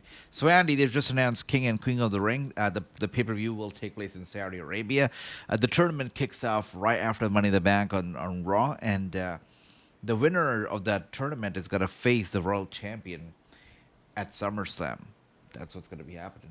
Have the opportunity of climbing that ladder. I guess it's easy for, I guess I'm just assuming this right now, right? That I'm assuming that the winner of the King and Queen of the Ring tournament is going to take on John Cena. Because that way, John Cena doesn't have to show up week after week trying to build to that match. That way, his opponent is just chosen through King and Queen of the Ring. So Cena will not have to show up trying to build a rivalry or something. It just happens automatically for him in Saudi Arabia. So, yeah, it's job done easy for John Cena. His match will be scheduled. He'll know who his opponent is. And, he wouldn't have to build it up from scratch. So, yeah, my prediction is that the winner will take on John Cena. I'm gonna need a prayer. There's only one queen in the WWE. By the way, Tiffany looks great. And look who is set to join us. No matter what time zone you're in, it's always Tiffy time. I'm sorry. You know what? I would have agreed that, yeah, Charlotte is the true queen of WWE, but no. I think that crown has been taken away by Tiffany. Looks fantastic. She looks fantastic tonight. You cannot change my mind on that. She looks great. Love that outfit. We got Logan saying hello. I'm hoping that Giulia hits a pile driver on Roxanne through a table. Well, yeah, tonight is going to be an interesting night. Let's see. By the way, it's not just a table, Logan. It's a Slim Jim table. Don't forget to say Slim Jim table, because that's what it is right now. Just stop doing the King and Queen of the Ring tournament. They failed last year. Well, let's see. I like the idea of, the winner taking on the world champion. So let's see. Orton versus Aldis. Yeah, I was thinking about it yesterday. That this guy, Nick Aldis, is this the same Nick Aldis that we used to see in the NWA? It really feels like he is a bit too comfortable in the whole managerial position. I was hoping that, okay, this guy, a lot of people were hoping actually that, okay, once this guy is cleared, he's going to be wrestling again. But no, it seems like he's happy being a manager. So, obviously, I don't know if he's going to be lacing up his boots anytime soon. Andy says it's Tiffy time. It is Tiffy time, and it's up next. Wait a second, how much? Oh, we're basically done with half the show, right? So we've still got about half the show left. That's sweet. I'm assuming after Tiffany, we're gonna get the John Cena segment. I think so. This is the only time tonight that we actually got a little commercial. It's not like a commercial, but like a countdown, right? And Andy says, AJ, he's following what WWE wants him to do, for he knows they won't take him seriously in the ring. Well, I guess you're right.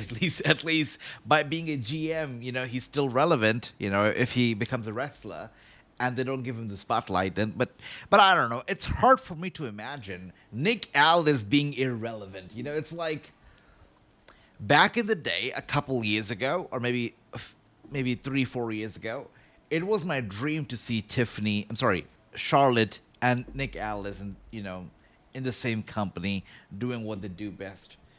I always compared this guy to Charlotte. I said, this guy is like the royalty of wrestling. It was amazing. But I don't know if that ship has since sailed. Probably. Him and Camille, it was like the absolute power couple. I remember when both of them were champions of their respective divisions in the NWA. It was amazing. And you know what? Honestly, it was Nick Aldis and Camille that pulled me to watch NWA.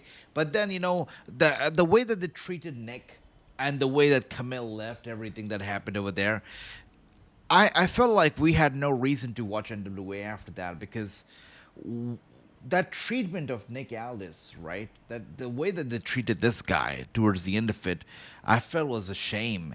And after Aldis left, I really did not know if NWA was even worth our time. So that's what I thought. No, not Orton. Not Orton, sorry, true. I'm talking about Aldis, Nick Aldis. Yeah. I don't know what happened with Camille, Andy. Andy says that she's doing a TV series right now. So I wonder, because she signed with AEW. I was quite excited when that happened, but barely showed up, right? So I really wonder what happened over there. Why are we getting a Mike Tyson, or he wrote a book or something? He wrote a book. Or somebody wrote a book on him. Okay. Nice.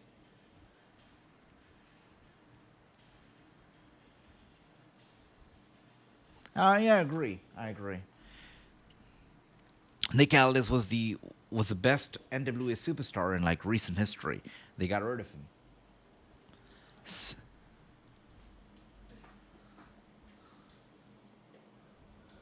Muy bien, Santos. ¿Por qué nos trajiste aquí? Familia. Después de esa reunión que tuvimos, estamos de acuerdo que vamos a Worlds Collide. Pero ahora tengo un plan muy sencillo. Worlds Collide. Cuando los mundos chocan. Ahí de una vez por todas vamos a establecer ante nuestra gente, nuestro público, nuestro México, a quién le pertenece el mundo de la lucha libre. ¿Es una primicia? Sí. Guys, I'm sorry, but I'm just looking at these three right there, right? It's a sweet. Wait, 1 second. I think they're.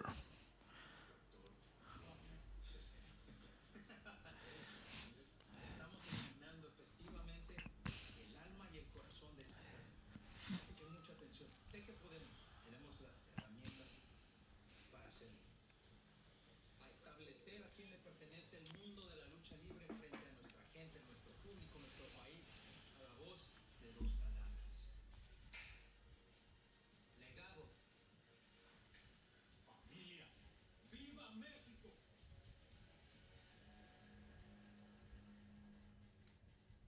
Alongside Brutus and Giulia's All right, we got Chad Gable here. I don't know why that guy is wearing a crop top. He should not be wearing a crop top. Crop tops are not meant for men. Let's start with that. That belly button makes me feel uncomfortable. Sorry. Confidence is high, I must admit. I'm a little disappointed I didn't qualify for the Money in the Bank, but they found a suitable replacement. The greatest luchador of all time, El Grande Americano, is going to climb the ladder and take the briefcase home. And as for me, I find my own way into the history books tomorrow when I defeat the Kingo at Worlds Collide and win the most prestigious title in all of Lucha Libre, the AAA Mega Champion. Shit.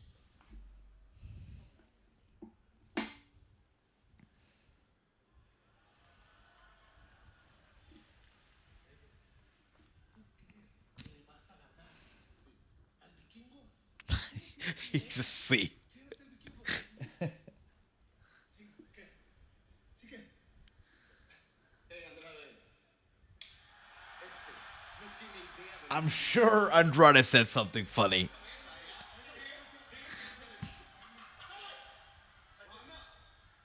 That's funny?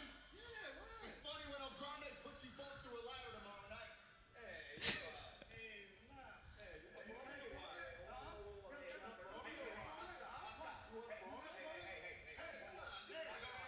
I got enough going on tonight without you lot coming to blows back here. So guess what? You can settle this in the ring tonight.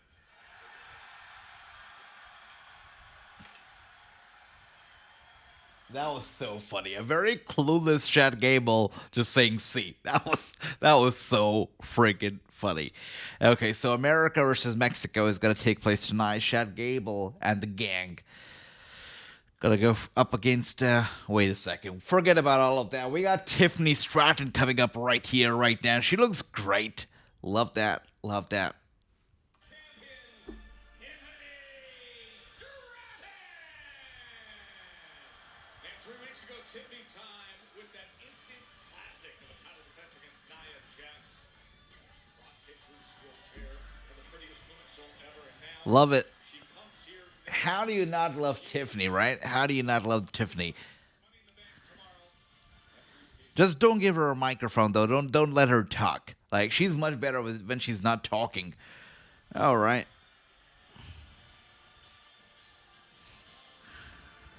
Money in the Bank is presented by Cash App, your financial tag team partner.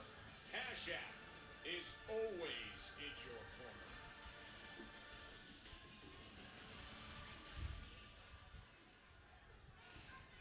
I know Andy, and she looks fantastic tonight. Let's be honest. Fantastic.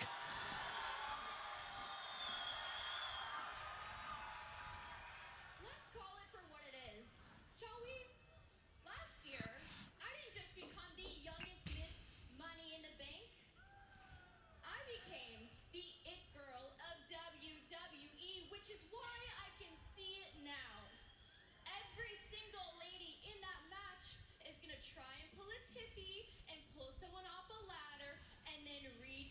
for the stars. I mean, we can all agree that every single lady in that match is championship material, right? But it doesn't matter because whoever wins Money in the Bank, their world will be revolving around me. So, ladies, you can win the match, you can trend for one night, but I fear no one can outdo the doer. Because Bakersfield,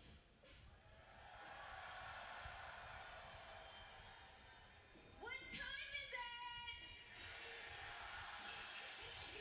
it? Actually, not too bad on the microphone tonight. I liked her better. True. Honestly, not too annoying tonight. I liked it. I'm not sure if it was the outfit or something that was, taking me away from the actual promo, but the promo did not sound bad. It was good. And now we got Rhea Ripley coming up. The two-time women's world champ. Honestly, Rhea Ripley is such an asset to the women's roster because she adds a whole different kind of a personality to the women's division. She is great. She is a very unique personality. The charisma, the everything that she brings to the table is unmatched. I mean, you have Tiffany is great. No offense to Tiffany, but let's be honest. They got Mariah May, right? Who almost is gonna be pulling off a very similar character. Tiffany is great, not replaceable, but you get my idea. Rhea Ripley though is like irreplaceable. You just can't replace this level of charisma, charm, character work, everything that she brings to the table. It's very genuine. I like it. With that being said, it is Rhea Ripley now sharing the ring with Tiffany Stratton. Stratton still annoys me. I know, true. I get it. No, I'm with that. I mean, her voice annoys the heck out of me too, but look at her. She looks great tonight. Looks great. Rhea Ripley has been great for day one. I agree with that. The Judgment Day right now is just sad. I'm not even going to say a joke. It's just sad. But if there's one person and one person only who's benefited from Judgment Day, it's Rhea Ripley. Really, it did her wonders. It let her become this version of herself.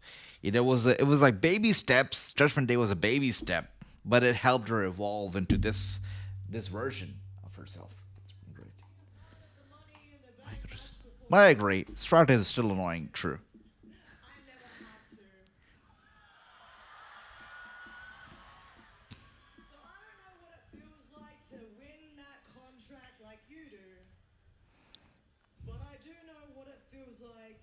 To be a champion. And I miss that feeling.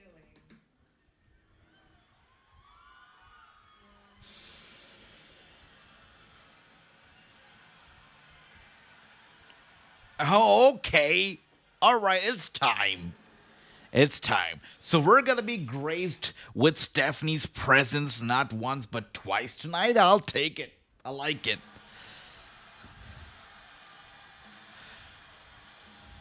She's a superstar. She's a superstar. Look at Stephanie. Look at, oh my goodness, Broman's here. Okay, I gotta look away. I was like, okay, I think I got lucky. Broman's not here to check me out here, but wow, we got Stephanie coming out here.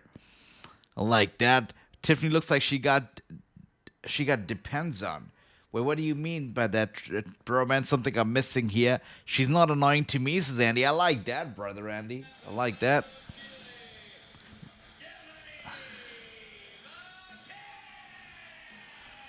Stephanie is great. She's great. Somebody who knows what it feels like to be a champion. This is Raw's big recent signing. Oh, really? I had no idea. Thanks for that, bro, man. But wow. Singles titles at the same time. What an ovation for the Dodge! Oh my God! Wait. This is even better. Alexa Bliss coming out here. I was wondering. I wanted to hear from Stephanie because earlier we were talking about how 5 years ago I approached Stephanie for an interview and she said yes, gladly.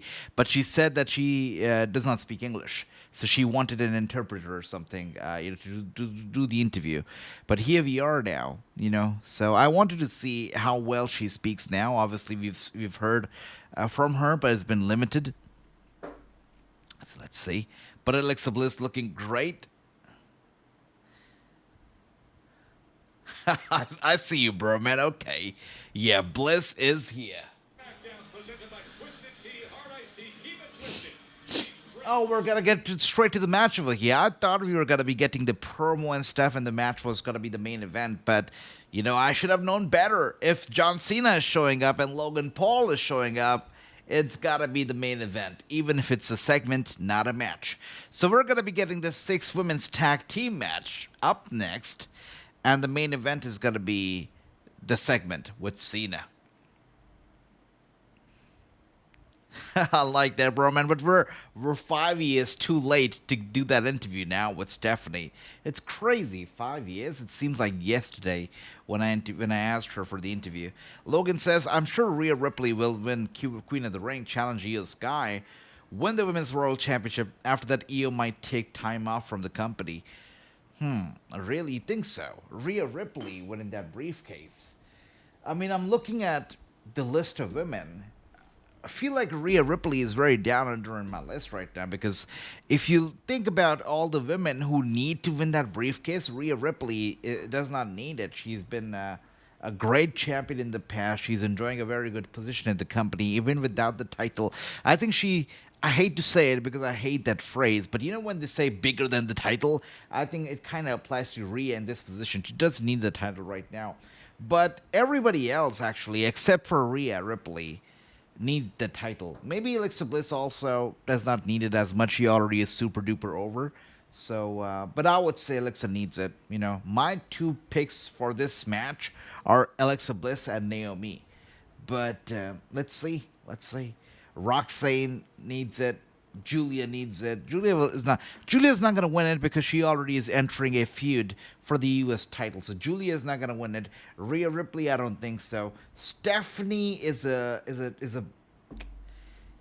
tough one.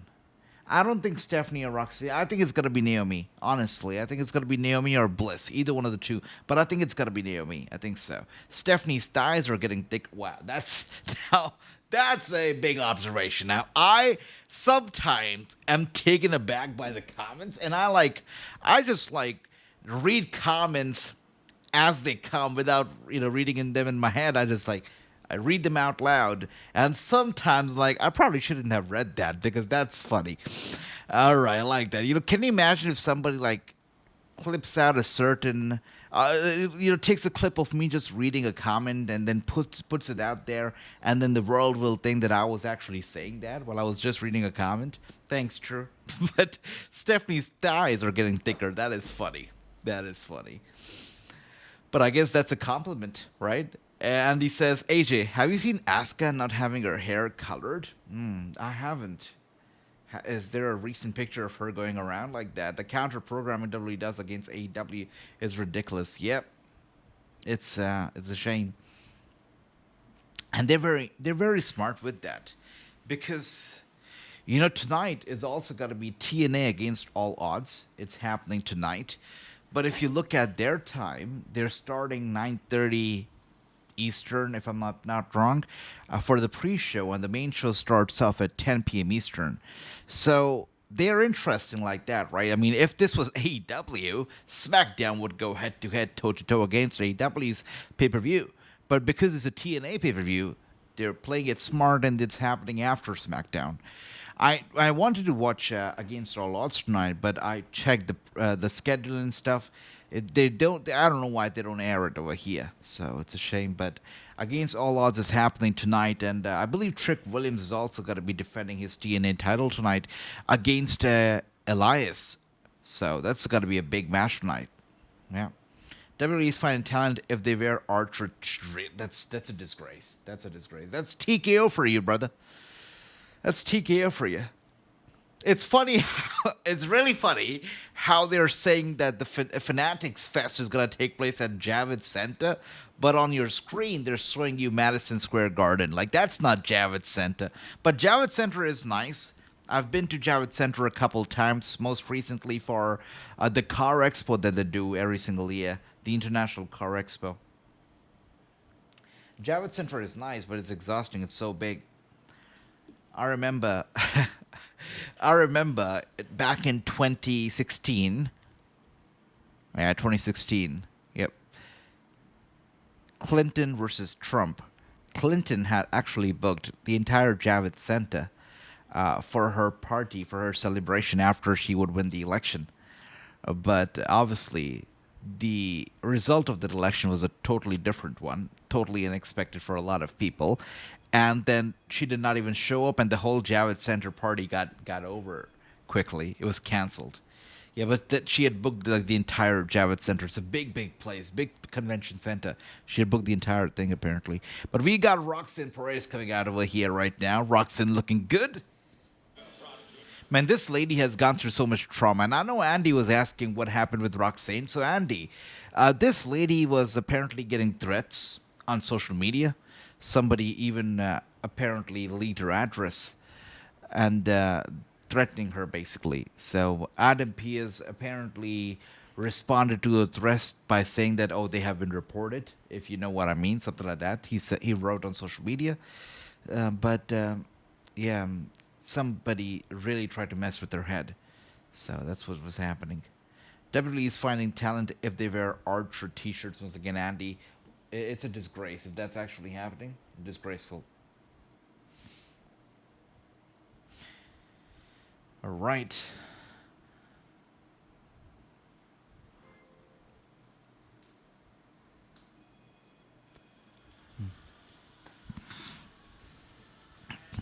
This is what happens when SmackDown is 3 hours long, guys. Like,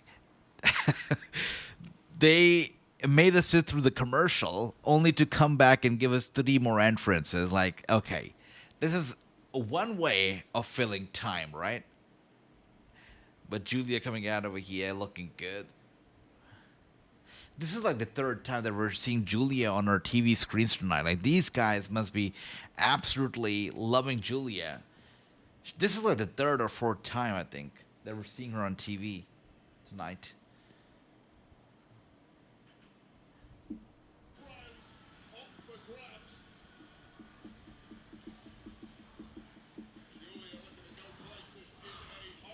One second, guys.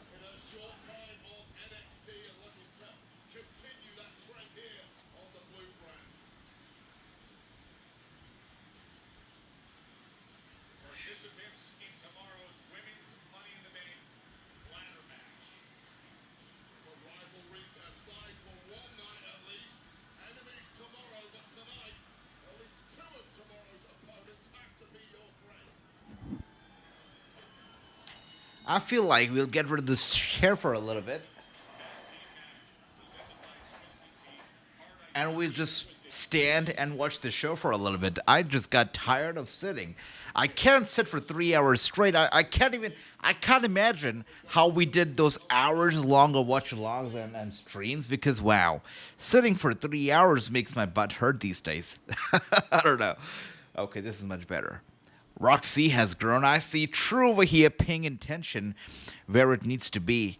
Thighs and something else. I like that, True. We got Broman saying, as long as we got Stephanie and Perez entrance, I'm fine with it. Well, we got that Stephanie entrance. That was pretty damn cool. I didn't care much about the others. That's why I was complaining, but I wasn't complaining until Stephanie showed up. We got how you feel about Mariah May being in the WWE. What do you think about her name is going to be? I don't know. Mariah Maybe, I guess? No, I'm kidding. Well, I'm happy for her because that's always been her goal. I've been watching Mariah May ever since she was a WWE shop influencer. By the way, Stephanie looking good over there. Look at that. Look at that. I know that Broman's looking. All right. And we got it stomped to the back. Stephanie is down. Giulia doing well. But coming back to the topic of Mariah May, she's great. She's worked hard. She always loved the company. We used to be a WWE shop influencer at some point.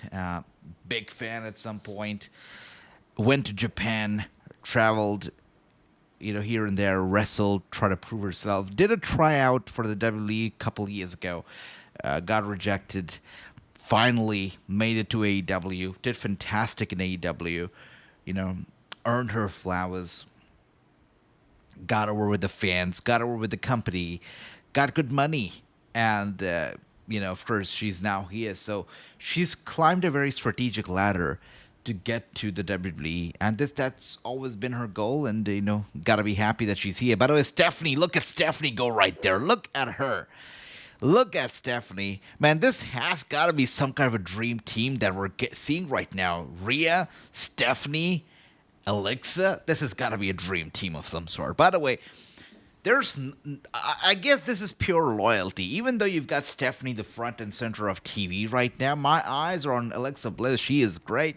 I mean, I feel like Alexa is the absolute best. People online was saying Mariah March. Mariah March. That's funny. Yeah, Mariah March, June, July, whatever it might be. Every place Mariah has been, she's made it way better. Yeah. And somebody on my Instagram wrote that Mariah May, instead of, choosing OF, and you know what I mean by OF, instead of choosing OF, she chose to, earn her living and make a name for herself by blood and sweat. And Rock, Dwayne Johnson, he has a very famous quote that says, blood, sweat, and respect. The first two you give, the last one you earn. And I totally agree with that. And I feel like that's what Mariah May has done. She's given her blood and her sweat to this industry. And finally, she's earned respect for that. So it applies here very well. And here we are now. We got Roxanne go for the cover on Stephanie, but a kick out right there. Giulia is probably winning this match. Interesting. You know what? You probably are right about that. Still have to see Naomi being tagged in, though. Yeah. Giulia once again tagged in. We got Broman saying, don't look too much. I'm not. We're good. Kosher. Totally kosher. All right. We got big one over here. Going for the cover on Stephanie. Poor Stephanie, by the way. Absolutely getting banged up here by these women. And now Naomi coming over here as well. Poor Stephanie hasn't had a chance to tag anybody in. She's taking it all in by herself and trying to make the tag to Rhea Ripley. Alexa Bliss is barely trying. Did you see Alexa Bliss, on the apron? Come on, you're barely trying, Bliss. Look at her right there. Come on, she doesn't even want to tag. Oh, she probably hates that she was tagged in right now. She was barely trying. Okay, here we are now. Hot tag being made. Fight Fever Fury right there taking on Naomi. Naomi down. Bliss once again grabbing her by the hair. And Naomi, by the way, love the hair on Naomi tonight. Is that her real hair? There's no way that she's wearing a wig, right? That's flawless. Look at her hair, the color, the texture.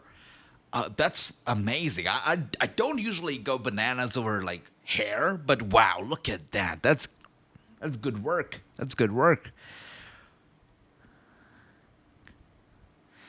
And Bliss once again like a wrecking ball, taking down both Giulia and Naomi. And now we got Roxanne grabbing Bliss, sending her, straight to the steel steps. And she goes down. Got her Judy June. Interesting. Okay.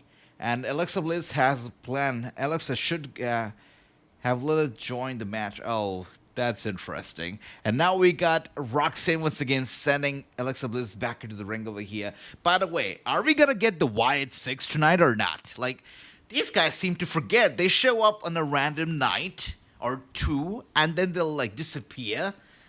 Very strange to me. Very, very strange. And what's their end game? Is their end game winning the tag team titles?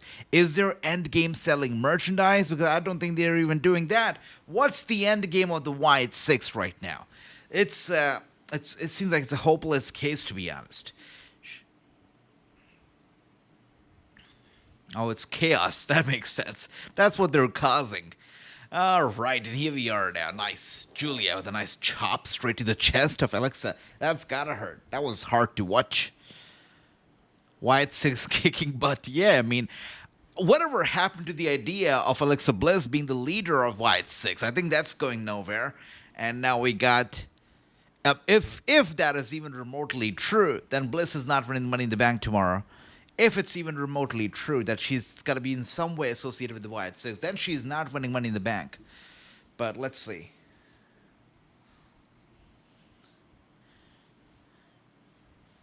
And Giulia taking on Bliss just like that, going for the cover. Rhea Ripley trying to get involved over here, but stepping back. Why do Stephanie and Rhea look so alike as they stand on the ring on the apron over there? She might be too crazy for the That's true. That's true.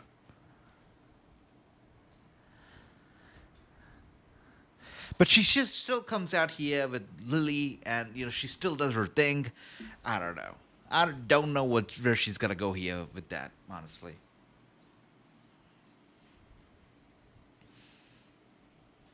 And a roll up on Naomi right here from Bliss. 1-2 and a kick out here.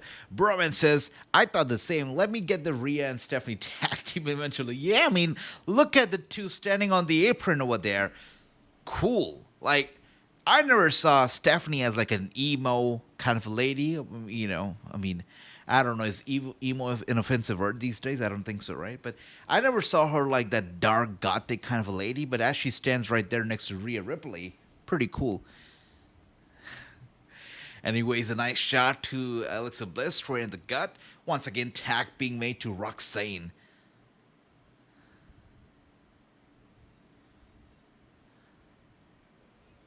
Roxanne taking good care of Alexa Bliss right there in that corner. Possibly catch all of it, and you know full well, Giulia, Roxanne, and Naomi are going to take full advantage. Roxanne Perez hooks the leg.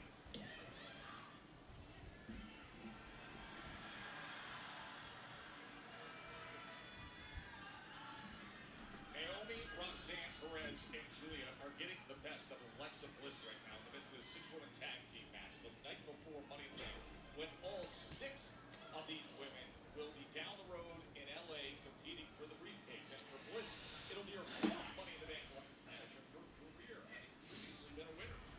Right now, her hopes of winning tomorrow night are fading by the second. Man, I have no memory. I have no memory of Alexa Bliss actually cashing in that briefcase. I've got no memory of that. I'll probably have to rewatch that. Whatever happened to Bailey? Bro, man, Bailey, like, if you listen to that interview that she did with Chris Van Vliet, right? She basically says that, like, the company hates her. she said, complained about the fact that she's not on the promotional material, not on the posters, merchandise. She's not interviewed. No backstage segments, stuff like that. So basically, she complained that they hate her, I guess. So she's, surprisingly enough, right, not being featured at all on TV, and I'm not surprised by that at all. But this is very similar. Like, I've heard all of this stuff being told to me when I interviewed, former WWE NXT Tag Team Champions, actually the longest reigning. I don't know if it still stands today. I think it probably does.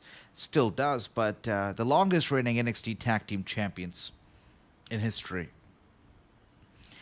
Victor and the Ascension. So Connor and Victor, they told me the same thing. They said that, okay, like, we were sitting in the back when we'd see, for the pay-per-views and stuff, we would see all these wrestlers getting like pre-match videos, packages. They were interviewed. We'd get nothing. We would get nothing. So Victor told me that, and and I heard Bailey say the same thing to Chris Van Vliet about herself as well. So that was that. By the way, it's chaos right now in the ring. It is Giulia. Oh my goodness. Giulia, don't you dare touch Alexa. That's right. Alexa Bliss is feeling it right now. She's going to go for it, and she does. Good stuff. Man, like, how do you not pop for Bliss? And Roxanne with a kick to Bliss. Terrible. It's like Rhea Ripley and baby Rhea Ripley in the ring right now. Roxanne has got to be like a baby Rhea, honestly. And Roxanne now with the DDT to Rhea Ripley. She goes down. I mean, a bunch of tattoos on Roxanne, and she'll pass for baby Rhea Ripley. Like, it's out there. Look at them right now. Look at these two. Rhea and baby Rhea. I love it. I love it. Bailey might keep Becky from winning tomorrow. That would be a surprise if she shows up. Let's see. Interesting thought, though. That'll put some spotlight on her as well. Honestly, I've never cared about Bailey. Ever since she became a heel, never cared much about her, except for when she showed up at SummerSlam with the Damage Control debut and stuff. Then I cared a little bit, but then I stopped caring soon after. But I did care briefly when she became Damage Control. But let's see. It seems like Naomi has betrayed Roxanne, and Roxanne now being singled out by the Dream Team, and Stephanie and Rhea.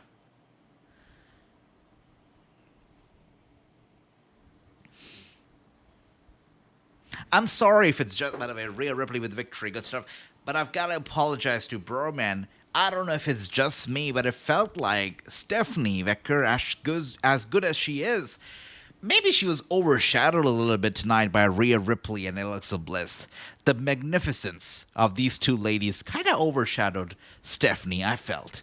But she's great. She'll get there. She'll get there. And we got Broman saying it's the booty meat and the leggings making them look like it.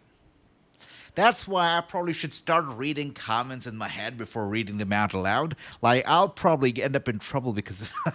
Okay, Broman, okay. All right. That's Broman saying, not me there. That's Broman, yeah.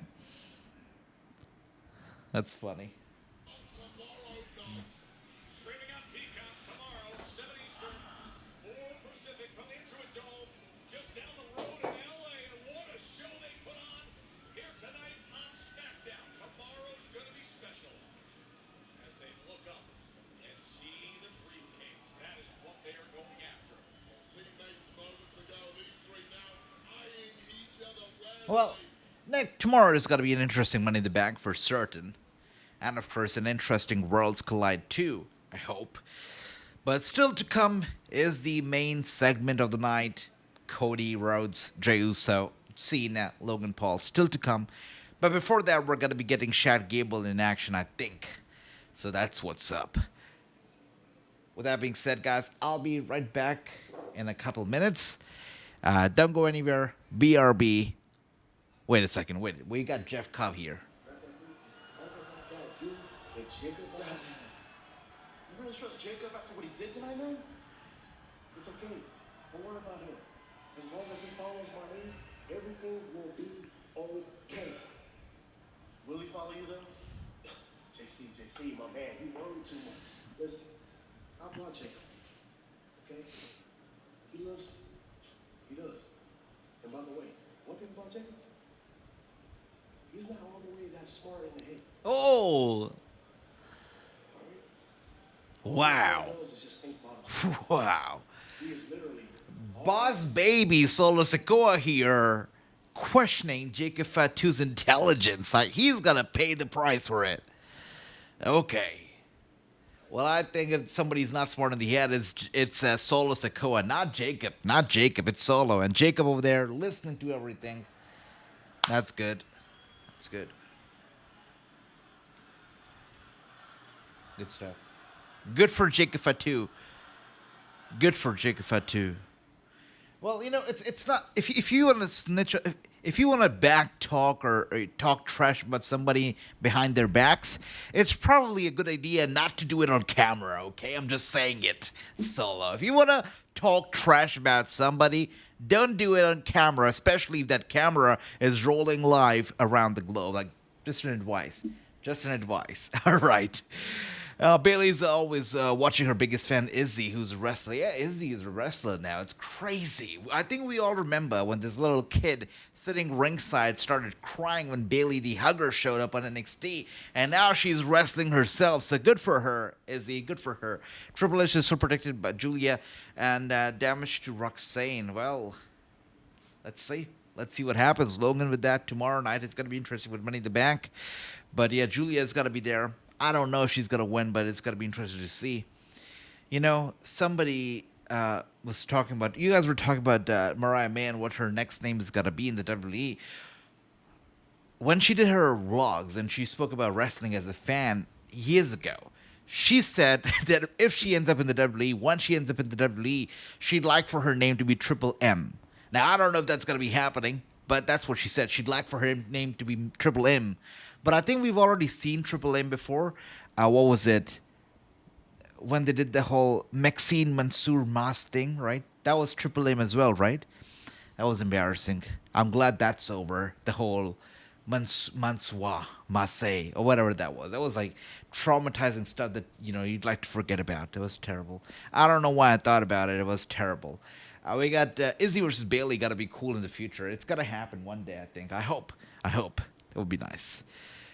The male models, brother. The Maxine male models, brother. That was so terrible. So traumatizing. And look where they ended up being, right? Like, I'll tell you, I'm not saying that I'm kind of some kind of a wizard or, you know, what do I say? The Messiah of wrestling, who knows it all, what's gonna be happening in wrestling. But I'll tell you what. I think when I don't like a wrestler, like I think that I'm telling you about their future in the business because I can't even count it on my fingertips right now. Like, look, Matt Riddle, never liked that guy. Where is he right now? Right? There's gonna be so many more, right? This guy right here, when we talk about Mansoor, where is he right now? Masay, where is he right now? Right? I can go on and on right now. Like, who else? Who else did I not like? Sammy, where is he right now? Right? Married to that lady, a father now. So where is he right now? Right? Who else did I not like in the past? Karrion Kross, where is he right now? Not on my TV screen. Where is he right now? I can go on and on. Like, if I don't like a wrestler, you know exactly where they're gonna be ending up. So that's a truth. If I don't like a wrestler, that's like a heads up warning to them. Yeah. Andy, don't kill my vibe right now by saying that Riddle is the MLW champion. Don't kill my vibe. You know what I'm talking about. Yeah, true. Don't do that. Don't do that. But, you know, we're talking about... You get the idea, guys. You're killing my vibe right now. Don't do that. Good to see you, Money Badger. Welcome. Great seeing you. Great seeing you. Welcome. Oh, we're getting sign of the night here. Well, I wonder if they're going to be focusing on an R-Truth sign. Maybe now. Oh, wow. Finally.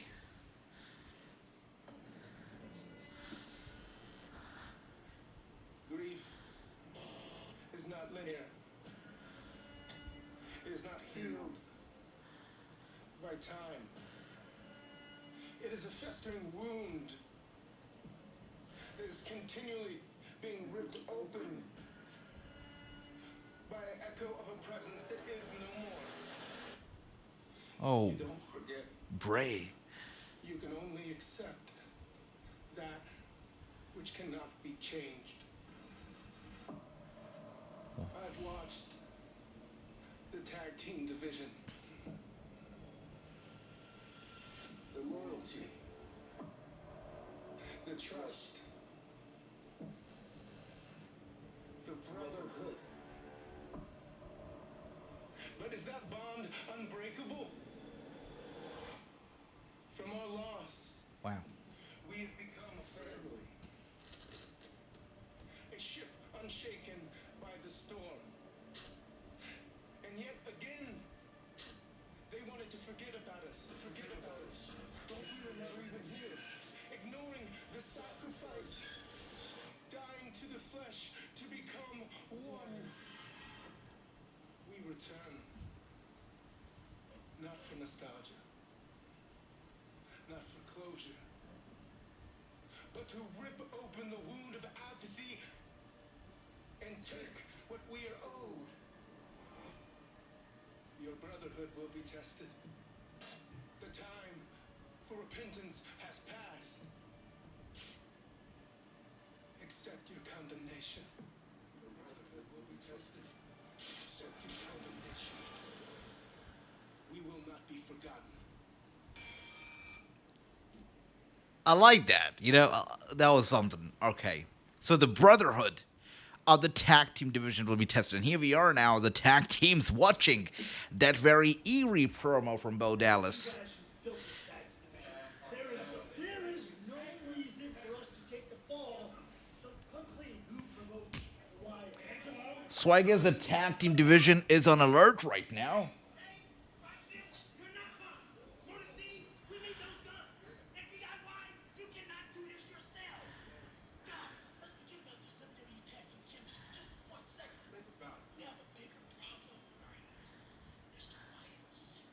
I like this, guys. This is nice. All right. The Wyatts want the smoke, they can get it.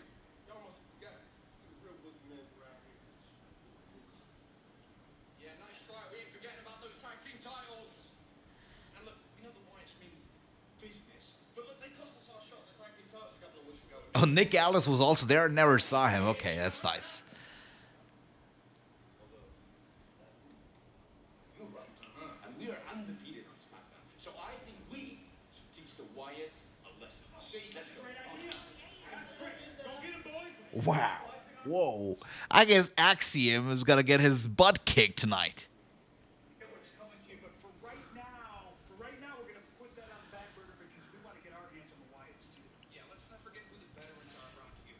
I like this. Okay, you know what? This is nice. This is nice. I mean, they're taking the Whites as a threat. I like this. The whole tag team division is on alert because of the Whites. It makes them look like a threat. I like it. If there's somebody I don't care about, probably more than Karrion Kross, it's Triple H and his little Gargano and his wife. Like these three, I don't even know what do I say. I keep saying that Karrion Kross is a disgrace, but Gargano and his little wife running around with Triple H is terrible. Like why are these guys still hired? Really? I mean, this guy is so irrelevant that people don't even know his name. They call him Triple H. You know, so yeah, I mean, come on. And Gargano and his little wife with the colorful hair, like what is she trying to do? Not wrestle, that's for certain. I'm not sure why they're still around. I would watch Karrion Kross over them any day. I can't believe I'm saying this right now, but come on. Gargano and his wife, they need to be out of here. They need to be out of here. All right, let's see. You got a bowl leaf, says Money Badger. Well, I guess so, brother. I guess so. True says it's just 4 teams, but I guess that's all that SmackDown has to offer right now. So that's that. Stephanie is going to be in action tomorrow. Worlds collide. Interesting. So Stephanie's got to be in action tomorrow, not once but twice. Like what a day for her tomorrow. That's something. Interesting. Give me Alexa and Nikki for tag team champions. Wow. I'm hearing that name Nikki after such a long time. Is Nikki Cross? Oh wow. Well, let's see, brother. Let's see.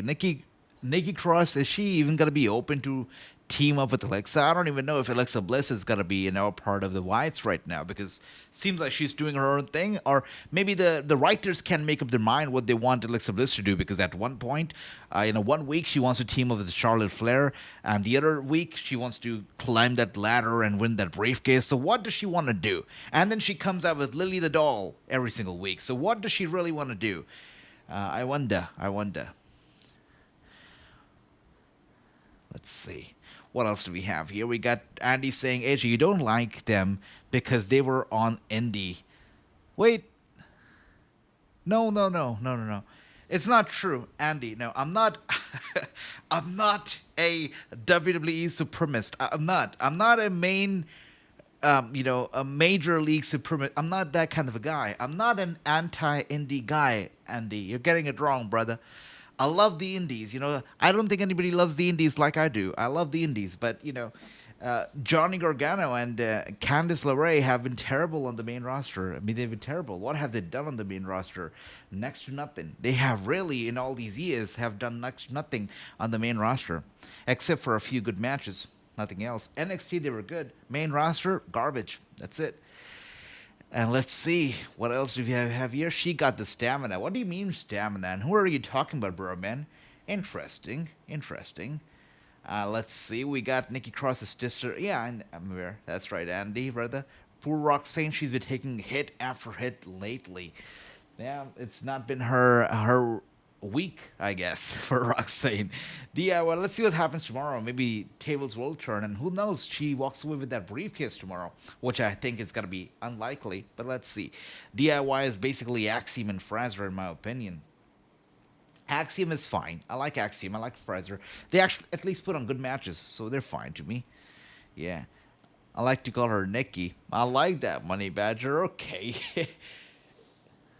I know, bro, man. Let's see. Tomorrow is going to be interesting. Worlds collide.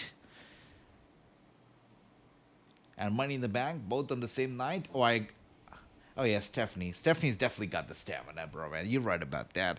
Penta over here on his way out. Interesting. Is he going to be taking on Chad Gable? Alexa Bliss can punch Nikki Cross from the Wyatt 6. Well, let's see, brother. Let's see. Reason why they haven't done well on the main roster is because really not everybody who's done main roster call-up is successful. You're right. Gable doing double duty as well tomorrow. No, he's not. Gable is only wrestling one match tomorrow. Don't confuse Gable and El Grande Americano. They're two separate people. Yeah, it's true. They're two separate people. It's also, somebody, actually, some nasty person shared this image of El Grande Americano, wearing a Chad Gable boot the other week. I guess this past week, at least on Monday, and what a nasty claim to make that he was Chad Gable because he was wearing a Chad Gable pair of boots. So it made the rounds on social media, and Chad Gable actually responded. He said that, you know what, El Grande Americano, his luggage got lost on his flight, so he was just being a good Samaritan, and he lended El Grande Americano his pair of boots to wrestle in.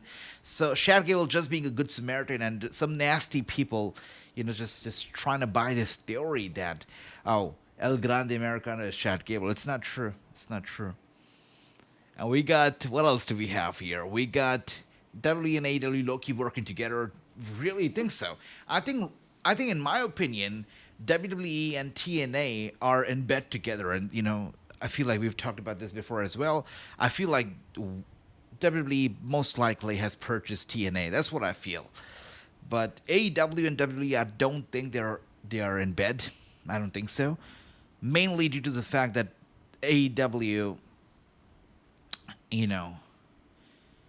I really don't think so, because if you look at WWE, they've really tried to do harm to AEW over and over again. A lot of times, too many times.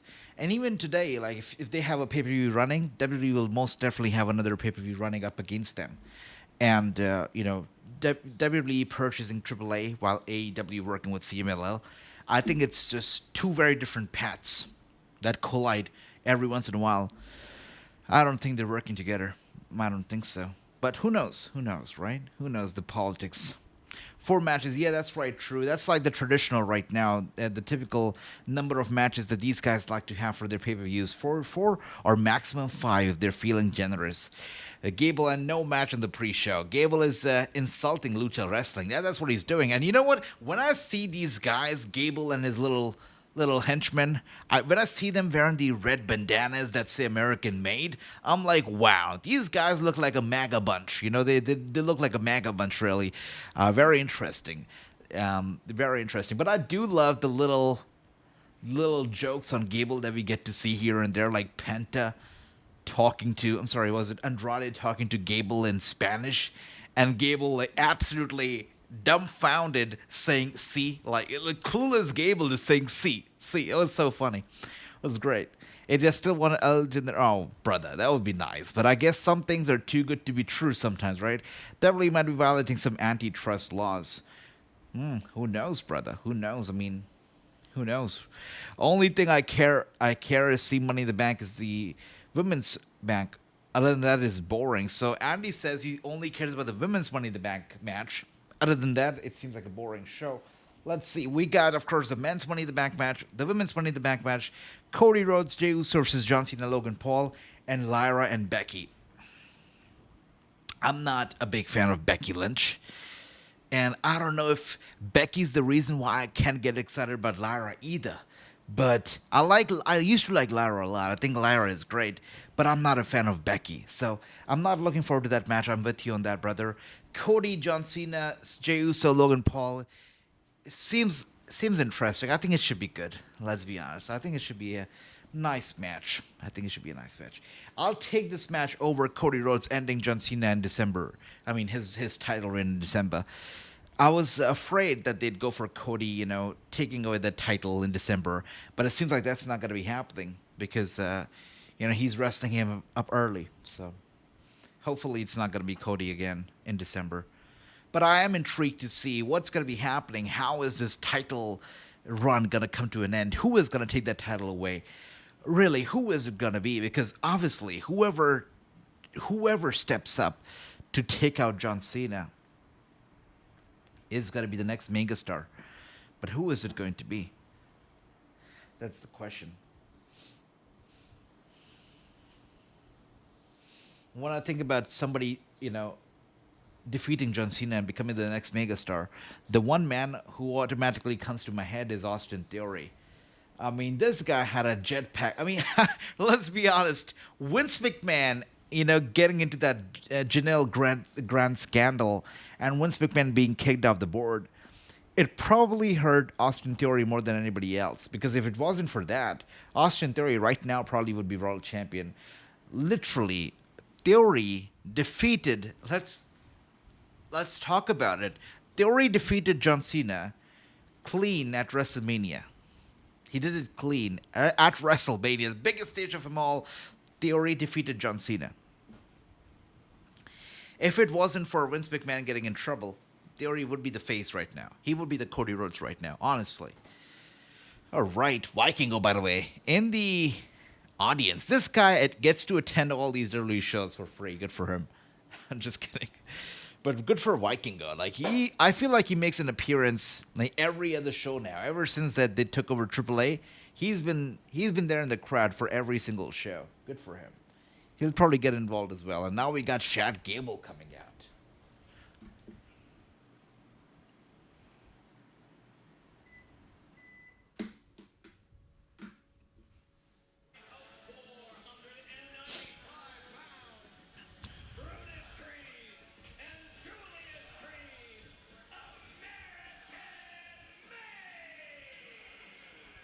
We recently saw Brutus and Julius trying to secure the World Tag Team Championships. That was on Monday Night Raw. Again. You know, a man should not wear a crop top. This guy should not wear a crop top. By the way, thank you for that, Andrade and Penta, taking him out before they'd even get to the ring. It's for that good stuff. And now Penta with a nice chop and Andrade with an elbow strike. Yeah, these two working together is a nice sight to see. A Saturday night main event against All In is, I agree with that.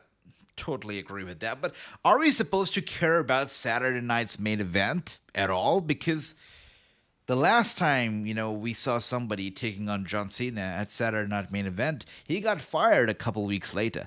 So does Saturday Night Main Event even mean anything in the long run? I don't think so. Should I call it a glorified house show? Probably should. Yeah.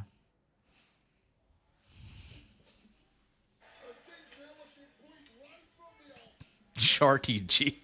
Money Badger is not holding back with the insults tonight. Shorty G, brother.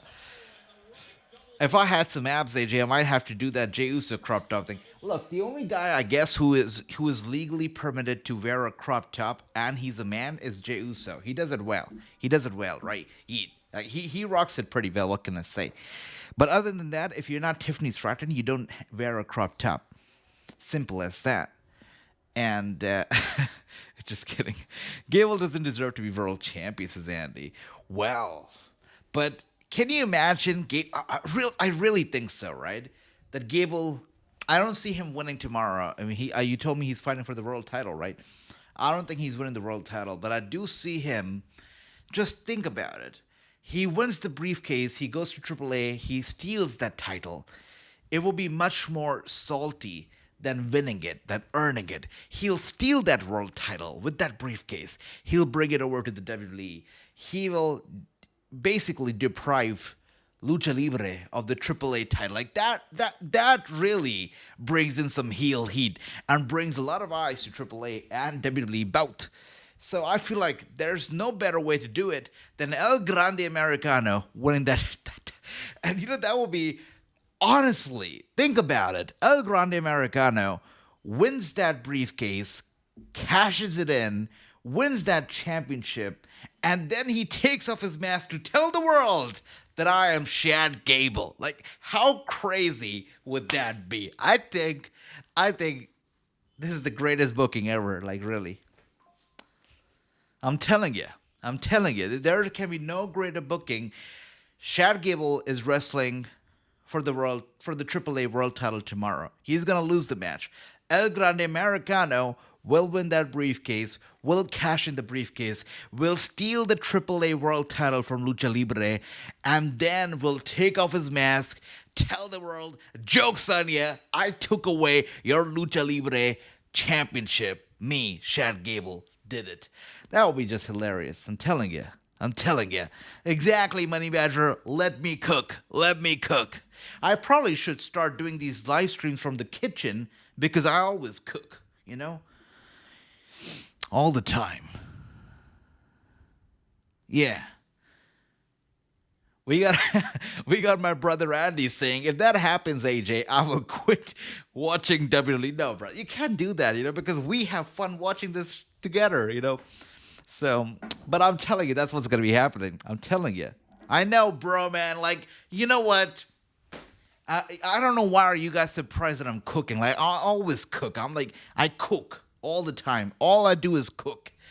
And if it's not evident enough, maybe I should show up in a chef's costume one day to let you guys know that I cook all the damn time. I'm cooking. I wake up, I'm cooking. I'm here live streaming, I'm cooking. I'm going to sleep, I'm cooking. Like, I'm cooking all the time. That's right, Ricky. That's right. Thank you for the chef's kiss. And here we are now, chop after chop. Oh my goodness. Andrade. Down to the ropes right now. We got Andy saying, Adrian, you should do a cooking episode. I like that. I like that a lot. I probably should. Money in the Bank cashed in AAA belt. Exactly. Moneybetter says, I'll tell him on Twitter. Who, Shad Gable? Yeah, you should.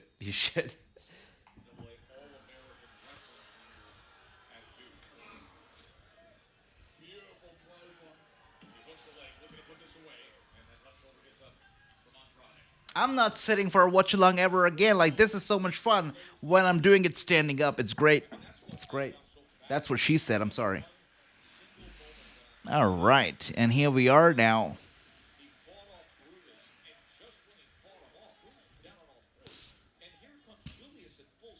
Yeah. That's right. And we got elbow strikes to Andrade over and over again.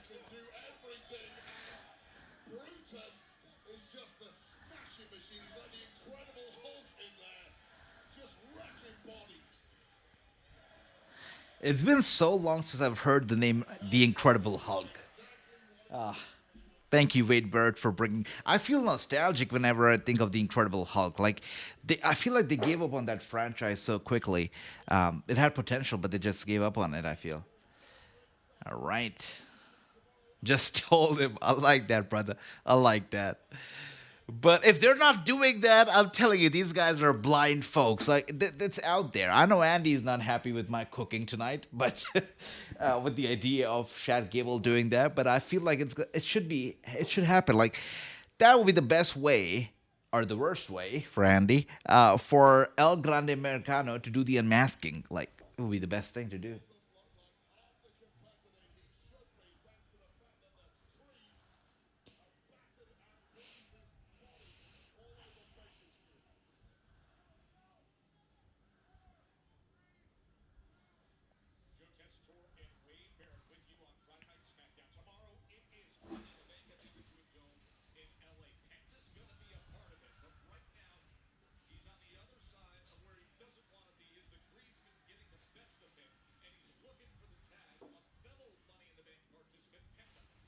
Much love to you, Money Badger. You're awesome. It was so good to see you tonight. And it's been a while, you know. I went to Twitch the other day. I saw the name Money Badger. I'm like, wow, this has been a while since I've spoken to Money Badger. So it's great to see you tonight. It was great to see you. And I hope to see you tomorrow for Worlds Collide and Money in the Bank. Money Badger, much love. See ya. Take care. Have a good time. And Gable being called so-called Lucha guy is embarrassment as well. I know. Hopefully he gets some good Lucha Libre ass kicking as well after he becomes a world champion. Because I'm telling you, I think that my prediction is going to come out to be true. It's going to come out to be true. I think so.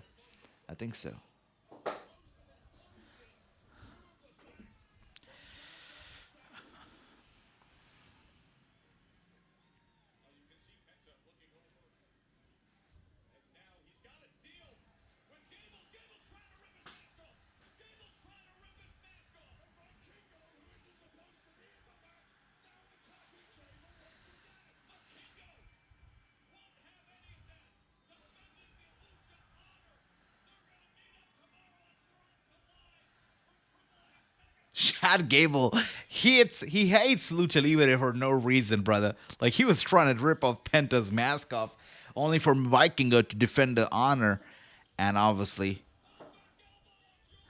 back. I thought he was gonna go for the big boot, but he went for the back elbow instead. Andrade right there to Brutus, and now Penta. Go for the cover. It's got to be over now. It's a 1, it's a 2, it's a 3. And the Lucha Libre team wins. Andrade and Penta with a victory. Good stuff. So, guys, I've got a question. Like, I'm a little, what do I say? not familiar with the lucha libre traditions completely. So I've got to ask the people who belong to the tradition, the culture, lucha libre, right? The Mexican wrestlers who do not wear a mask, and the ones who do wear a mask. So the ones who do wear a mask, are they categorized as conservative Mexican wrestlers? Or the ones who don't wear a mask, are they categorized as modern wrestlers? Like, how does it work? There's got to be some level of like, you know, I don't know. There's got to be something, right? Like when people choose not to wear a mask, they must be categorized into something, right? I think so. But here we are now.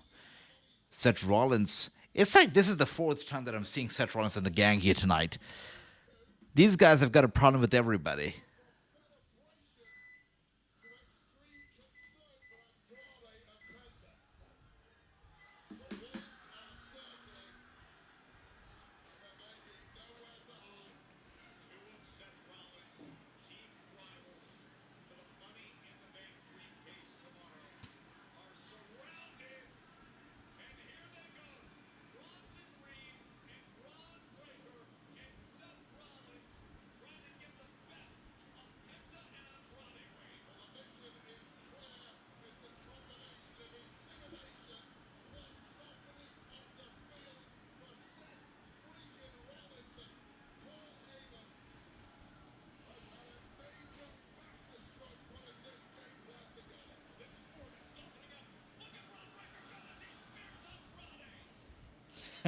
True, you're right about that.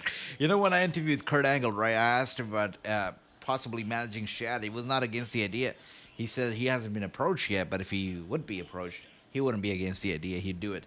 So you definitely must be proud of Shad. Yeah. The work that Shad is doing right now, honestly, Shad Gable to me was also down there in the swamps like who? Like carrying Cross. I couldn't stand Shad Gable. But now he's won me over. I think he's fun. He's really funny. The work that he's doing right now is hilarious. Kurt Angle is proud, absolutely proud, and Bronson Reed now. Wow, went for the big one on Penta. Penta's down. Speaking of Shad Gable, we got one half of the American Alpha here, Alpha Americans. Jason Jordan over here, ringside. Andy says, ones who do not wear a mask are just being them or not have a long family history. I understand that, Andy. Much appreciated. Most wrestlers have long history, have long family heritage. Yeah, I mean, I would totally understand. It becomes more than just a culture, right? It becomes more about the history, the legacy, right? The pride. And I feel like unless you have like pride, you can't commit to something like that because it's not easy. Being behind a mask. I can imagine it's not going to be easy for a lot of people to be behind a mask. And until you have that pride, right, of coming from that culture, that heritage, of your family legacy, your history, you're not going to put on the mask, right? Because you basically hiding your true identity, your true face. So you got to have pride. That's number one. So I totally agree with that. Absolutely understand that as well. Yeah. Totally do. All right. With that being said, commercial break. Commercial break happening right now. And how long has it been? 2 hours, 30 minutes or so. Okay. Guys, how do you like the watch-alongs better? I got to ask you because, you're watching. You're the best judge here. Do you like it better when I'm seated or do you like it better when I'm standing? Like, let me know and I'll definitely do accordingly. So help me out. How does it look better when I'm seated or when I'm standing? Let me know, guys. Thank you. Thank you. All right. Swerve was killed shot Lucha Underground, brother. I know all about that. So good. So good. Lucha Underground is great. When I interviewed that guy, Justin Gabriel, he had such fond memories of Lucha Underground. He could not stop talking about it. I saw his eyes. Like his eyes, used to shine every single time he used to talk about Lucha Underground. He loved Lucha Underground. He loved it. He loved it. Stanley, you seem to have more energy. I think so too. Thank you, bro, man. Really appreciate that. Yeah.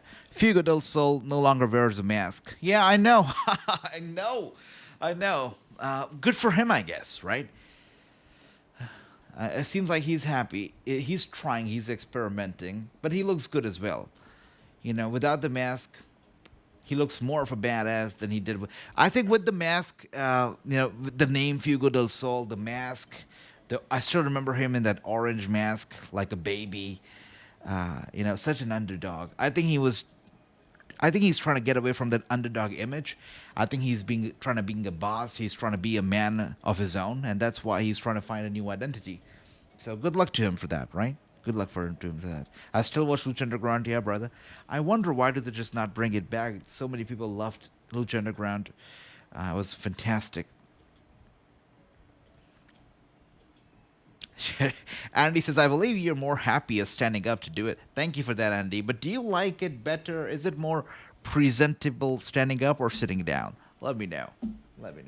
But no, I do like it better. I can walk around when carrying cross, for example, is on TV. I can just walk away and not have to sit through a carrying cross promo. It's great. Like, what can you ask for more? How many times are we gonna get these people tonight?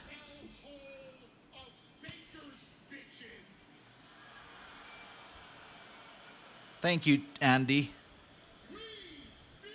Much love to you.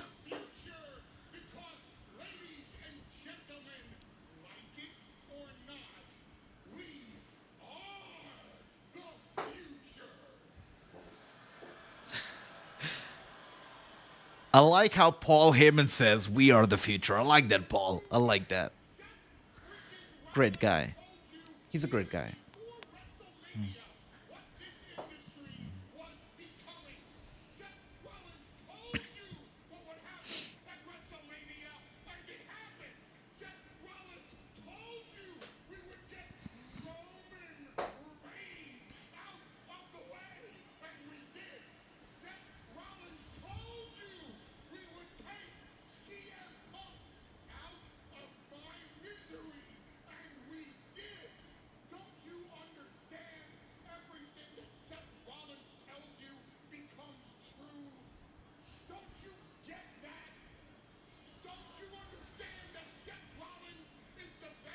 You take care, Andy. Much love to you. See you tomorrow for Worlds Collide, NXT, and of course, Money in the Bank. See you tomorrow, Andy. You take care, brother. Always great seeing you here. Take care. Always fantastic talking to you.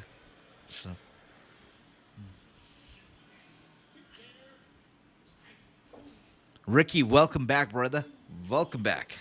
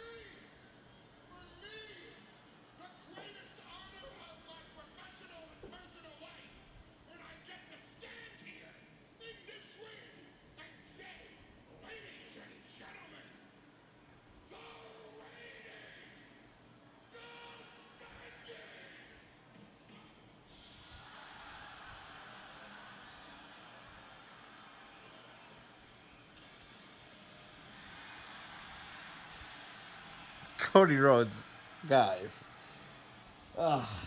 You know when Cody's music hit and it did a little heartbeat. You know how it does a little heartbeat at first.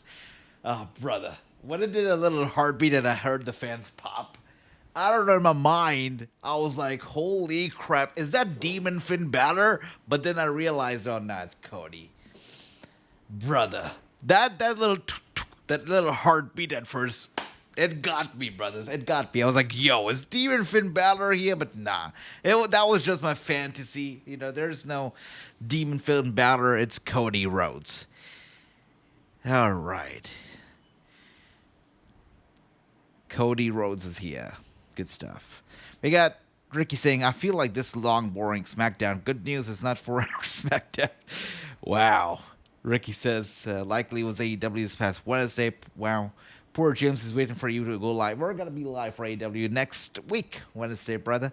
Cody's going to make me sleep, says Ricky. I like that. Sounds like Netflix is starting up. Yeah, Netflix also does that. You're right. Netflix also does that. Yep. Brother, my heart skipped a beat when it did that. I was like, yo, Demon Finn Balor? This is crazy. But nah. Average Joe Cody Rhodes is here. Sorry, guys. I can't get excited about Cody even in 2025.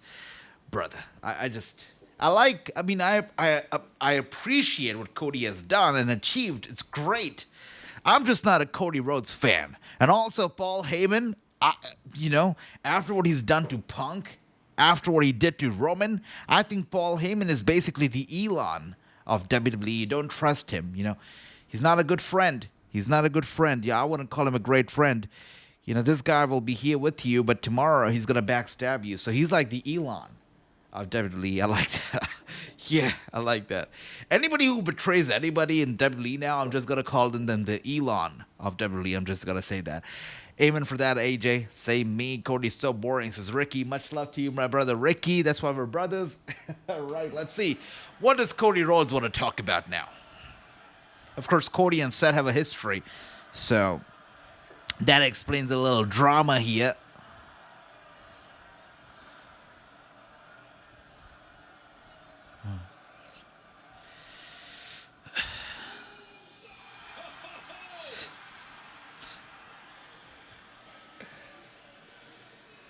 Everybody.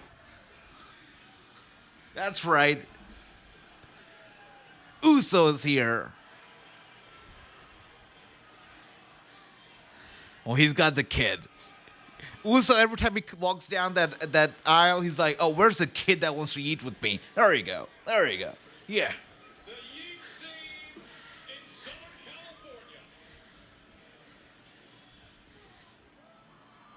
California.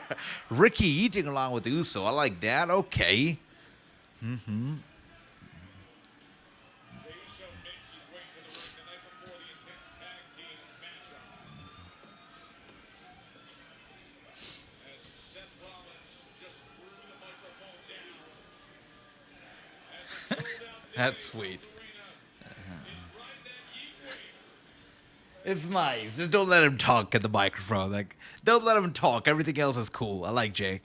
Yeah, just don't let him talk.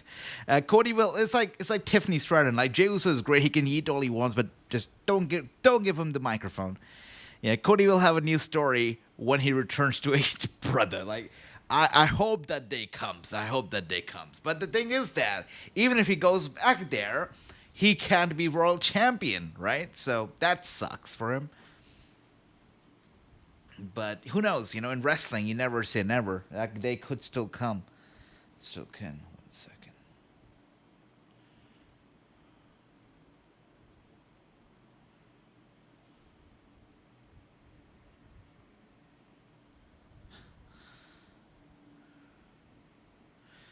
By the way, Pepsi has acknowledged CM Punk's tattoo.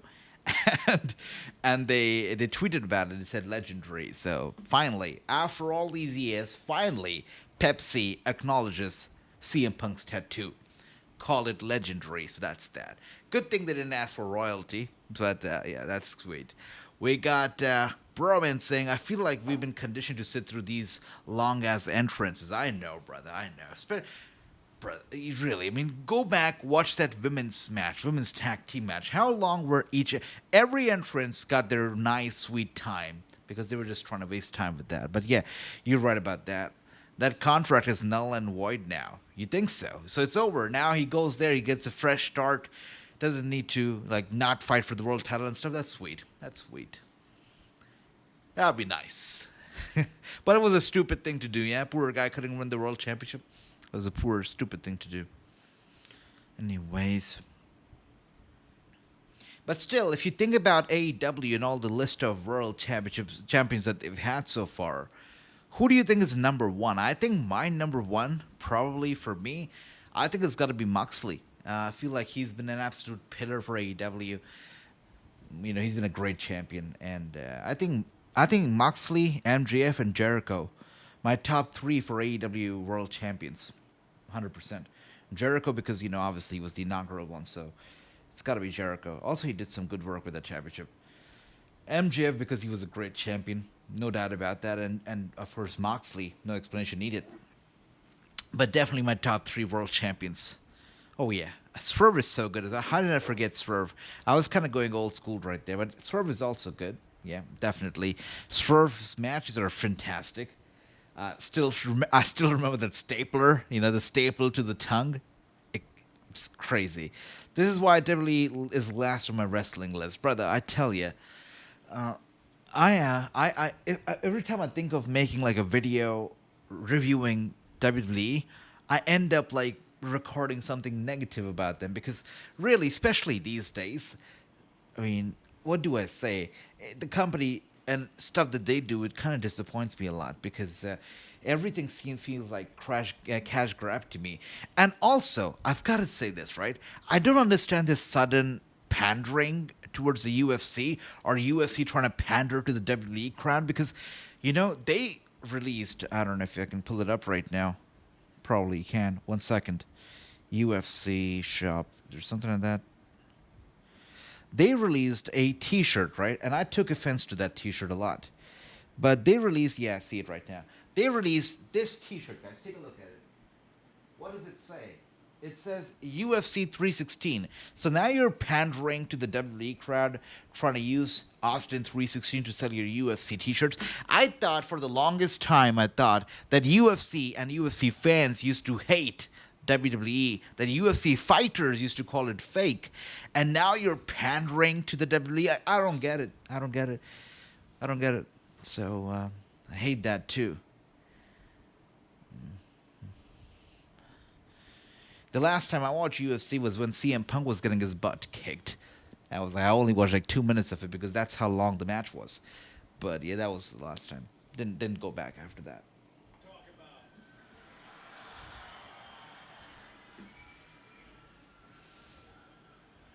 I agree. Yeah. Money in the bank. Talk about the Into a Dome. Talk about main event Jey Uso. I like how they did not give the microphone to Jay. Like, they did a smart thing. Absolutely. John Cena.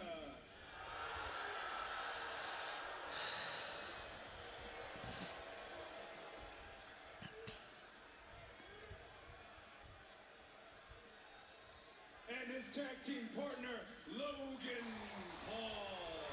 Been standing for like an hour. Let's sit down for a little bit, right? Thank you. And also, it's the main event segment of the night, so. All right. Here we are. Nice. It's good to do both, right? It's good to do both. Aggressive, I know what he said to me. He said I tried too hard. He called me desperate.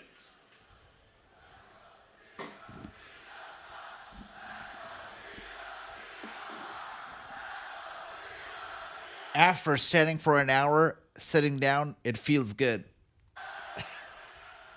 I know, true. That's why I'm like not even bothering talking about this right now because it's so evident that they're just wasting time right now. It's like we deserve better. I'll just say this right. We deserve better. This would have easily been a 2-hour show, but you put it very well. Like I feel like there's no filters needed right now. It is time wasting.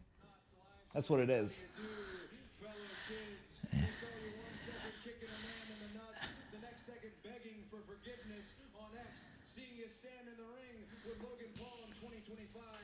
Seeing Michael Hayes standing next to the Hardy Boys. Let's talk about desperate. And desperate is WrestleMania 41, throwing away 20 years of goodwill so that you can have your record-setting title. Jay, tomorrow is not about the World Championship. It's not about the WWE Championship. It's a showdown. What do you call that, Jay? A yeet down. I call that a yeet down. Oh, brother. Oh, my goodness. This guy, all he does is yeet. Ah, brother. Like, you cannot expect anything intelligent from Jey Uso. Ah.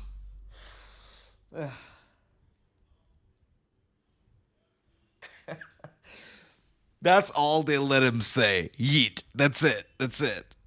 I was not even being serious when I said yeet down. And that's, of course, that's what he said. That was not even intelligent. What do I say, brother? That made no sense. That made no sense.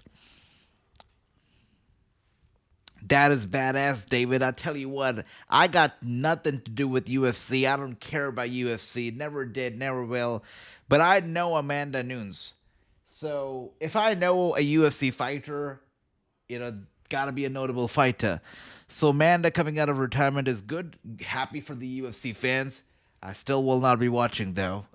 But good stuff. The belt actually looks good. I agree. No, I totally agree with that. I think the belt has never looked better on anybody else, but it looks fantastic on Jay. I say it as it is. He sucks on the microphone because he forgets his lines, but entertaining, and as a champion, entertaining. I like it. I'm loving everything that he's doing right now. Not the best. Not the highest quality of champion, but I'm loving it. I'm loving it. It's great. Ooh, and here we are now. It's Cena. The Lakers colors and everything as well.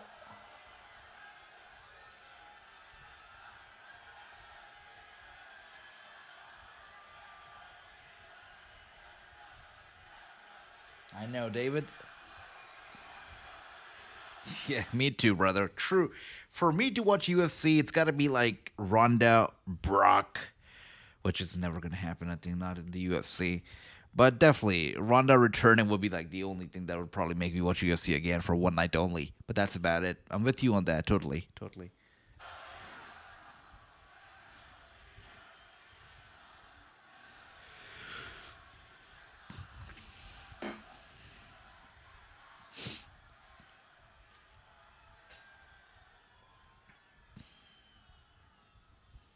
Ladies and gentlemen, please welcome the greatest of all time, the never seen 17. So, I see Ricky commenting that the stream crashed. It seems to be okay, Ricky. Maybe try restarting your app. Seems to be working well. Yeah, so far. Thanks.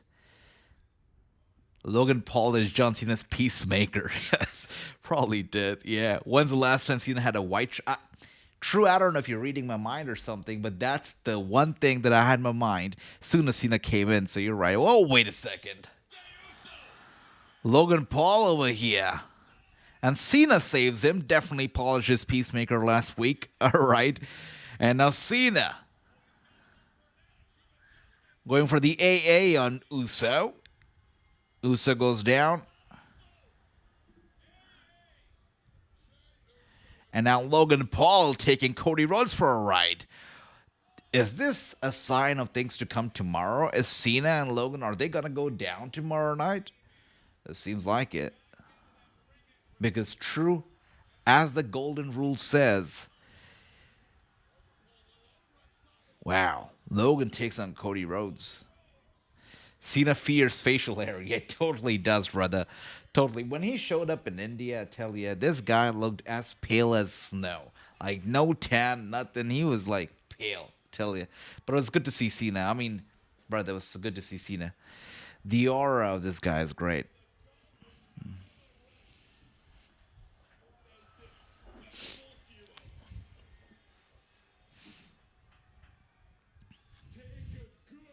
Oh, look at Logan and the title that he's holding.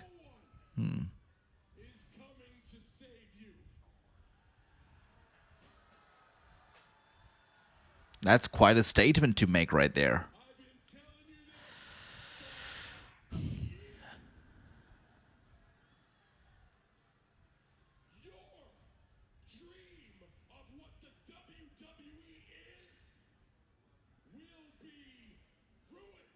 It already is, thanks to TKO. I'll tell you that, Cena.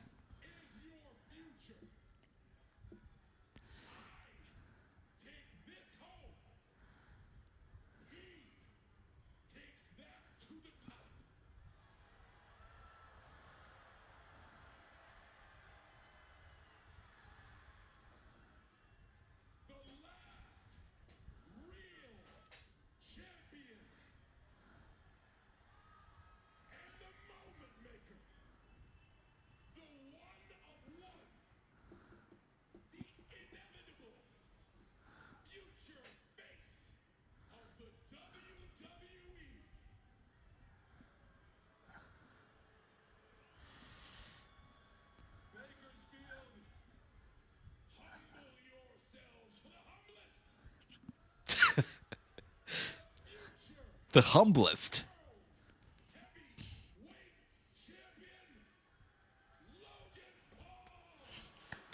What a humble guy. The first ever humble world champion, Logan Paul. Yeah, I wonder as well, true. I wonder as well. Is that it? No way this is it, right? I'm pretty sure Cody Rhodes is going to get back up. No way this is it. Come on. There's no way. There's no way. Yeah. Goes after Cody. I think the tables will turn around. Maybe not.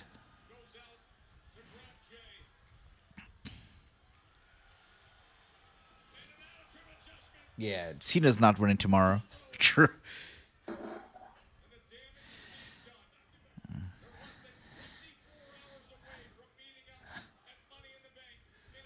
He definitely is, brother. Definitely is. The brass knuckles.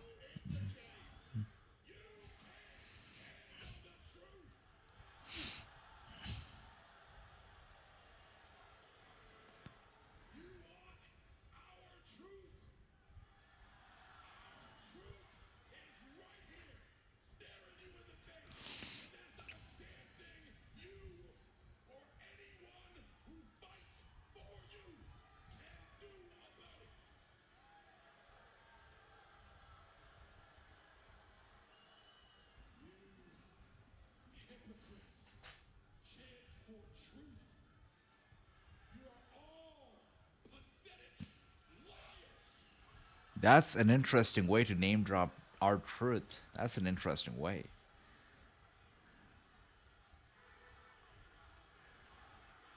That's an interesting way to name drop our truth. We want truth chance reignited again. Interesting.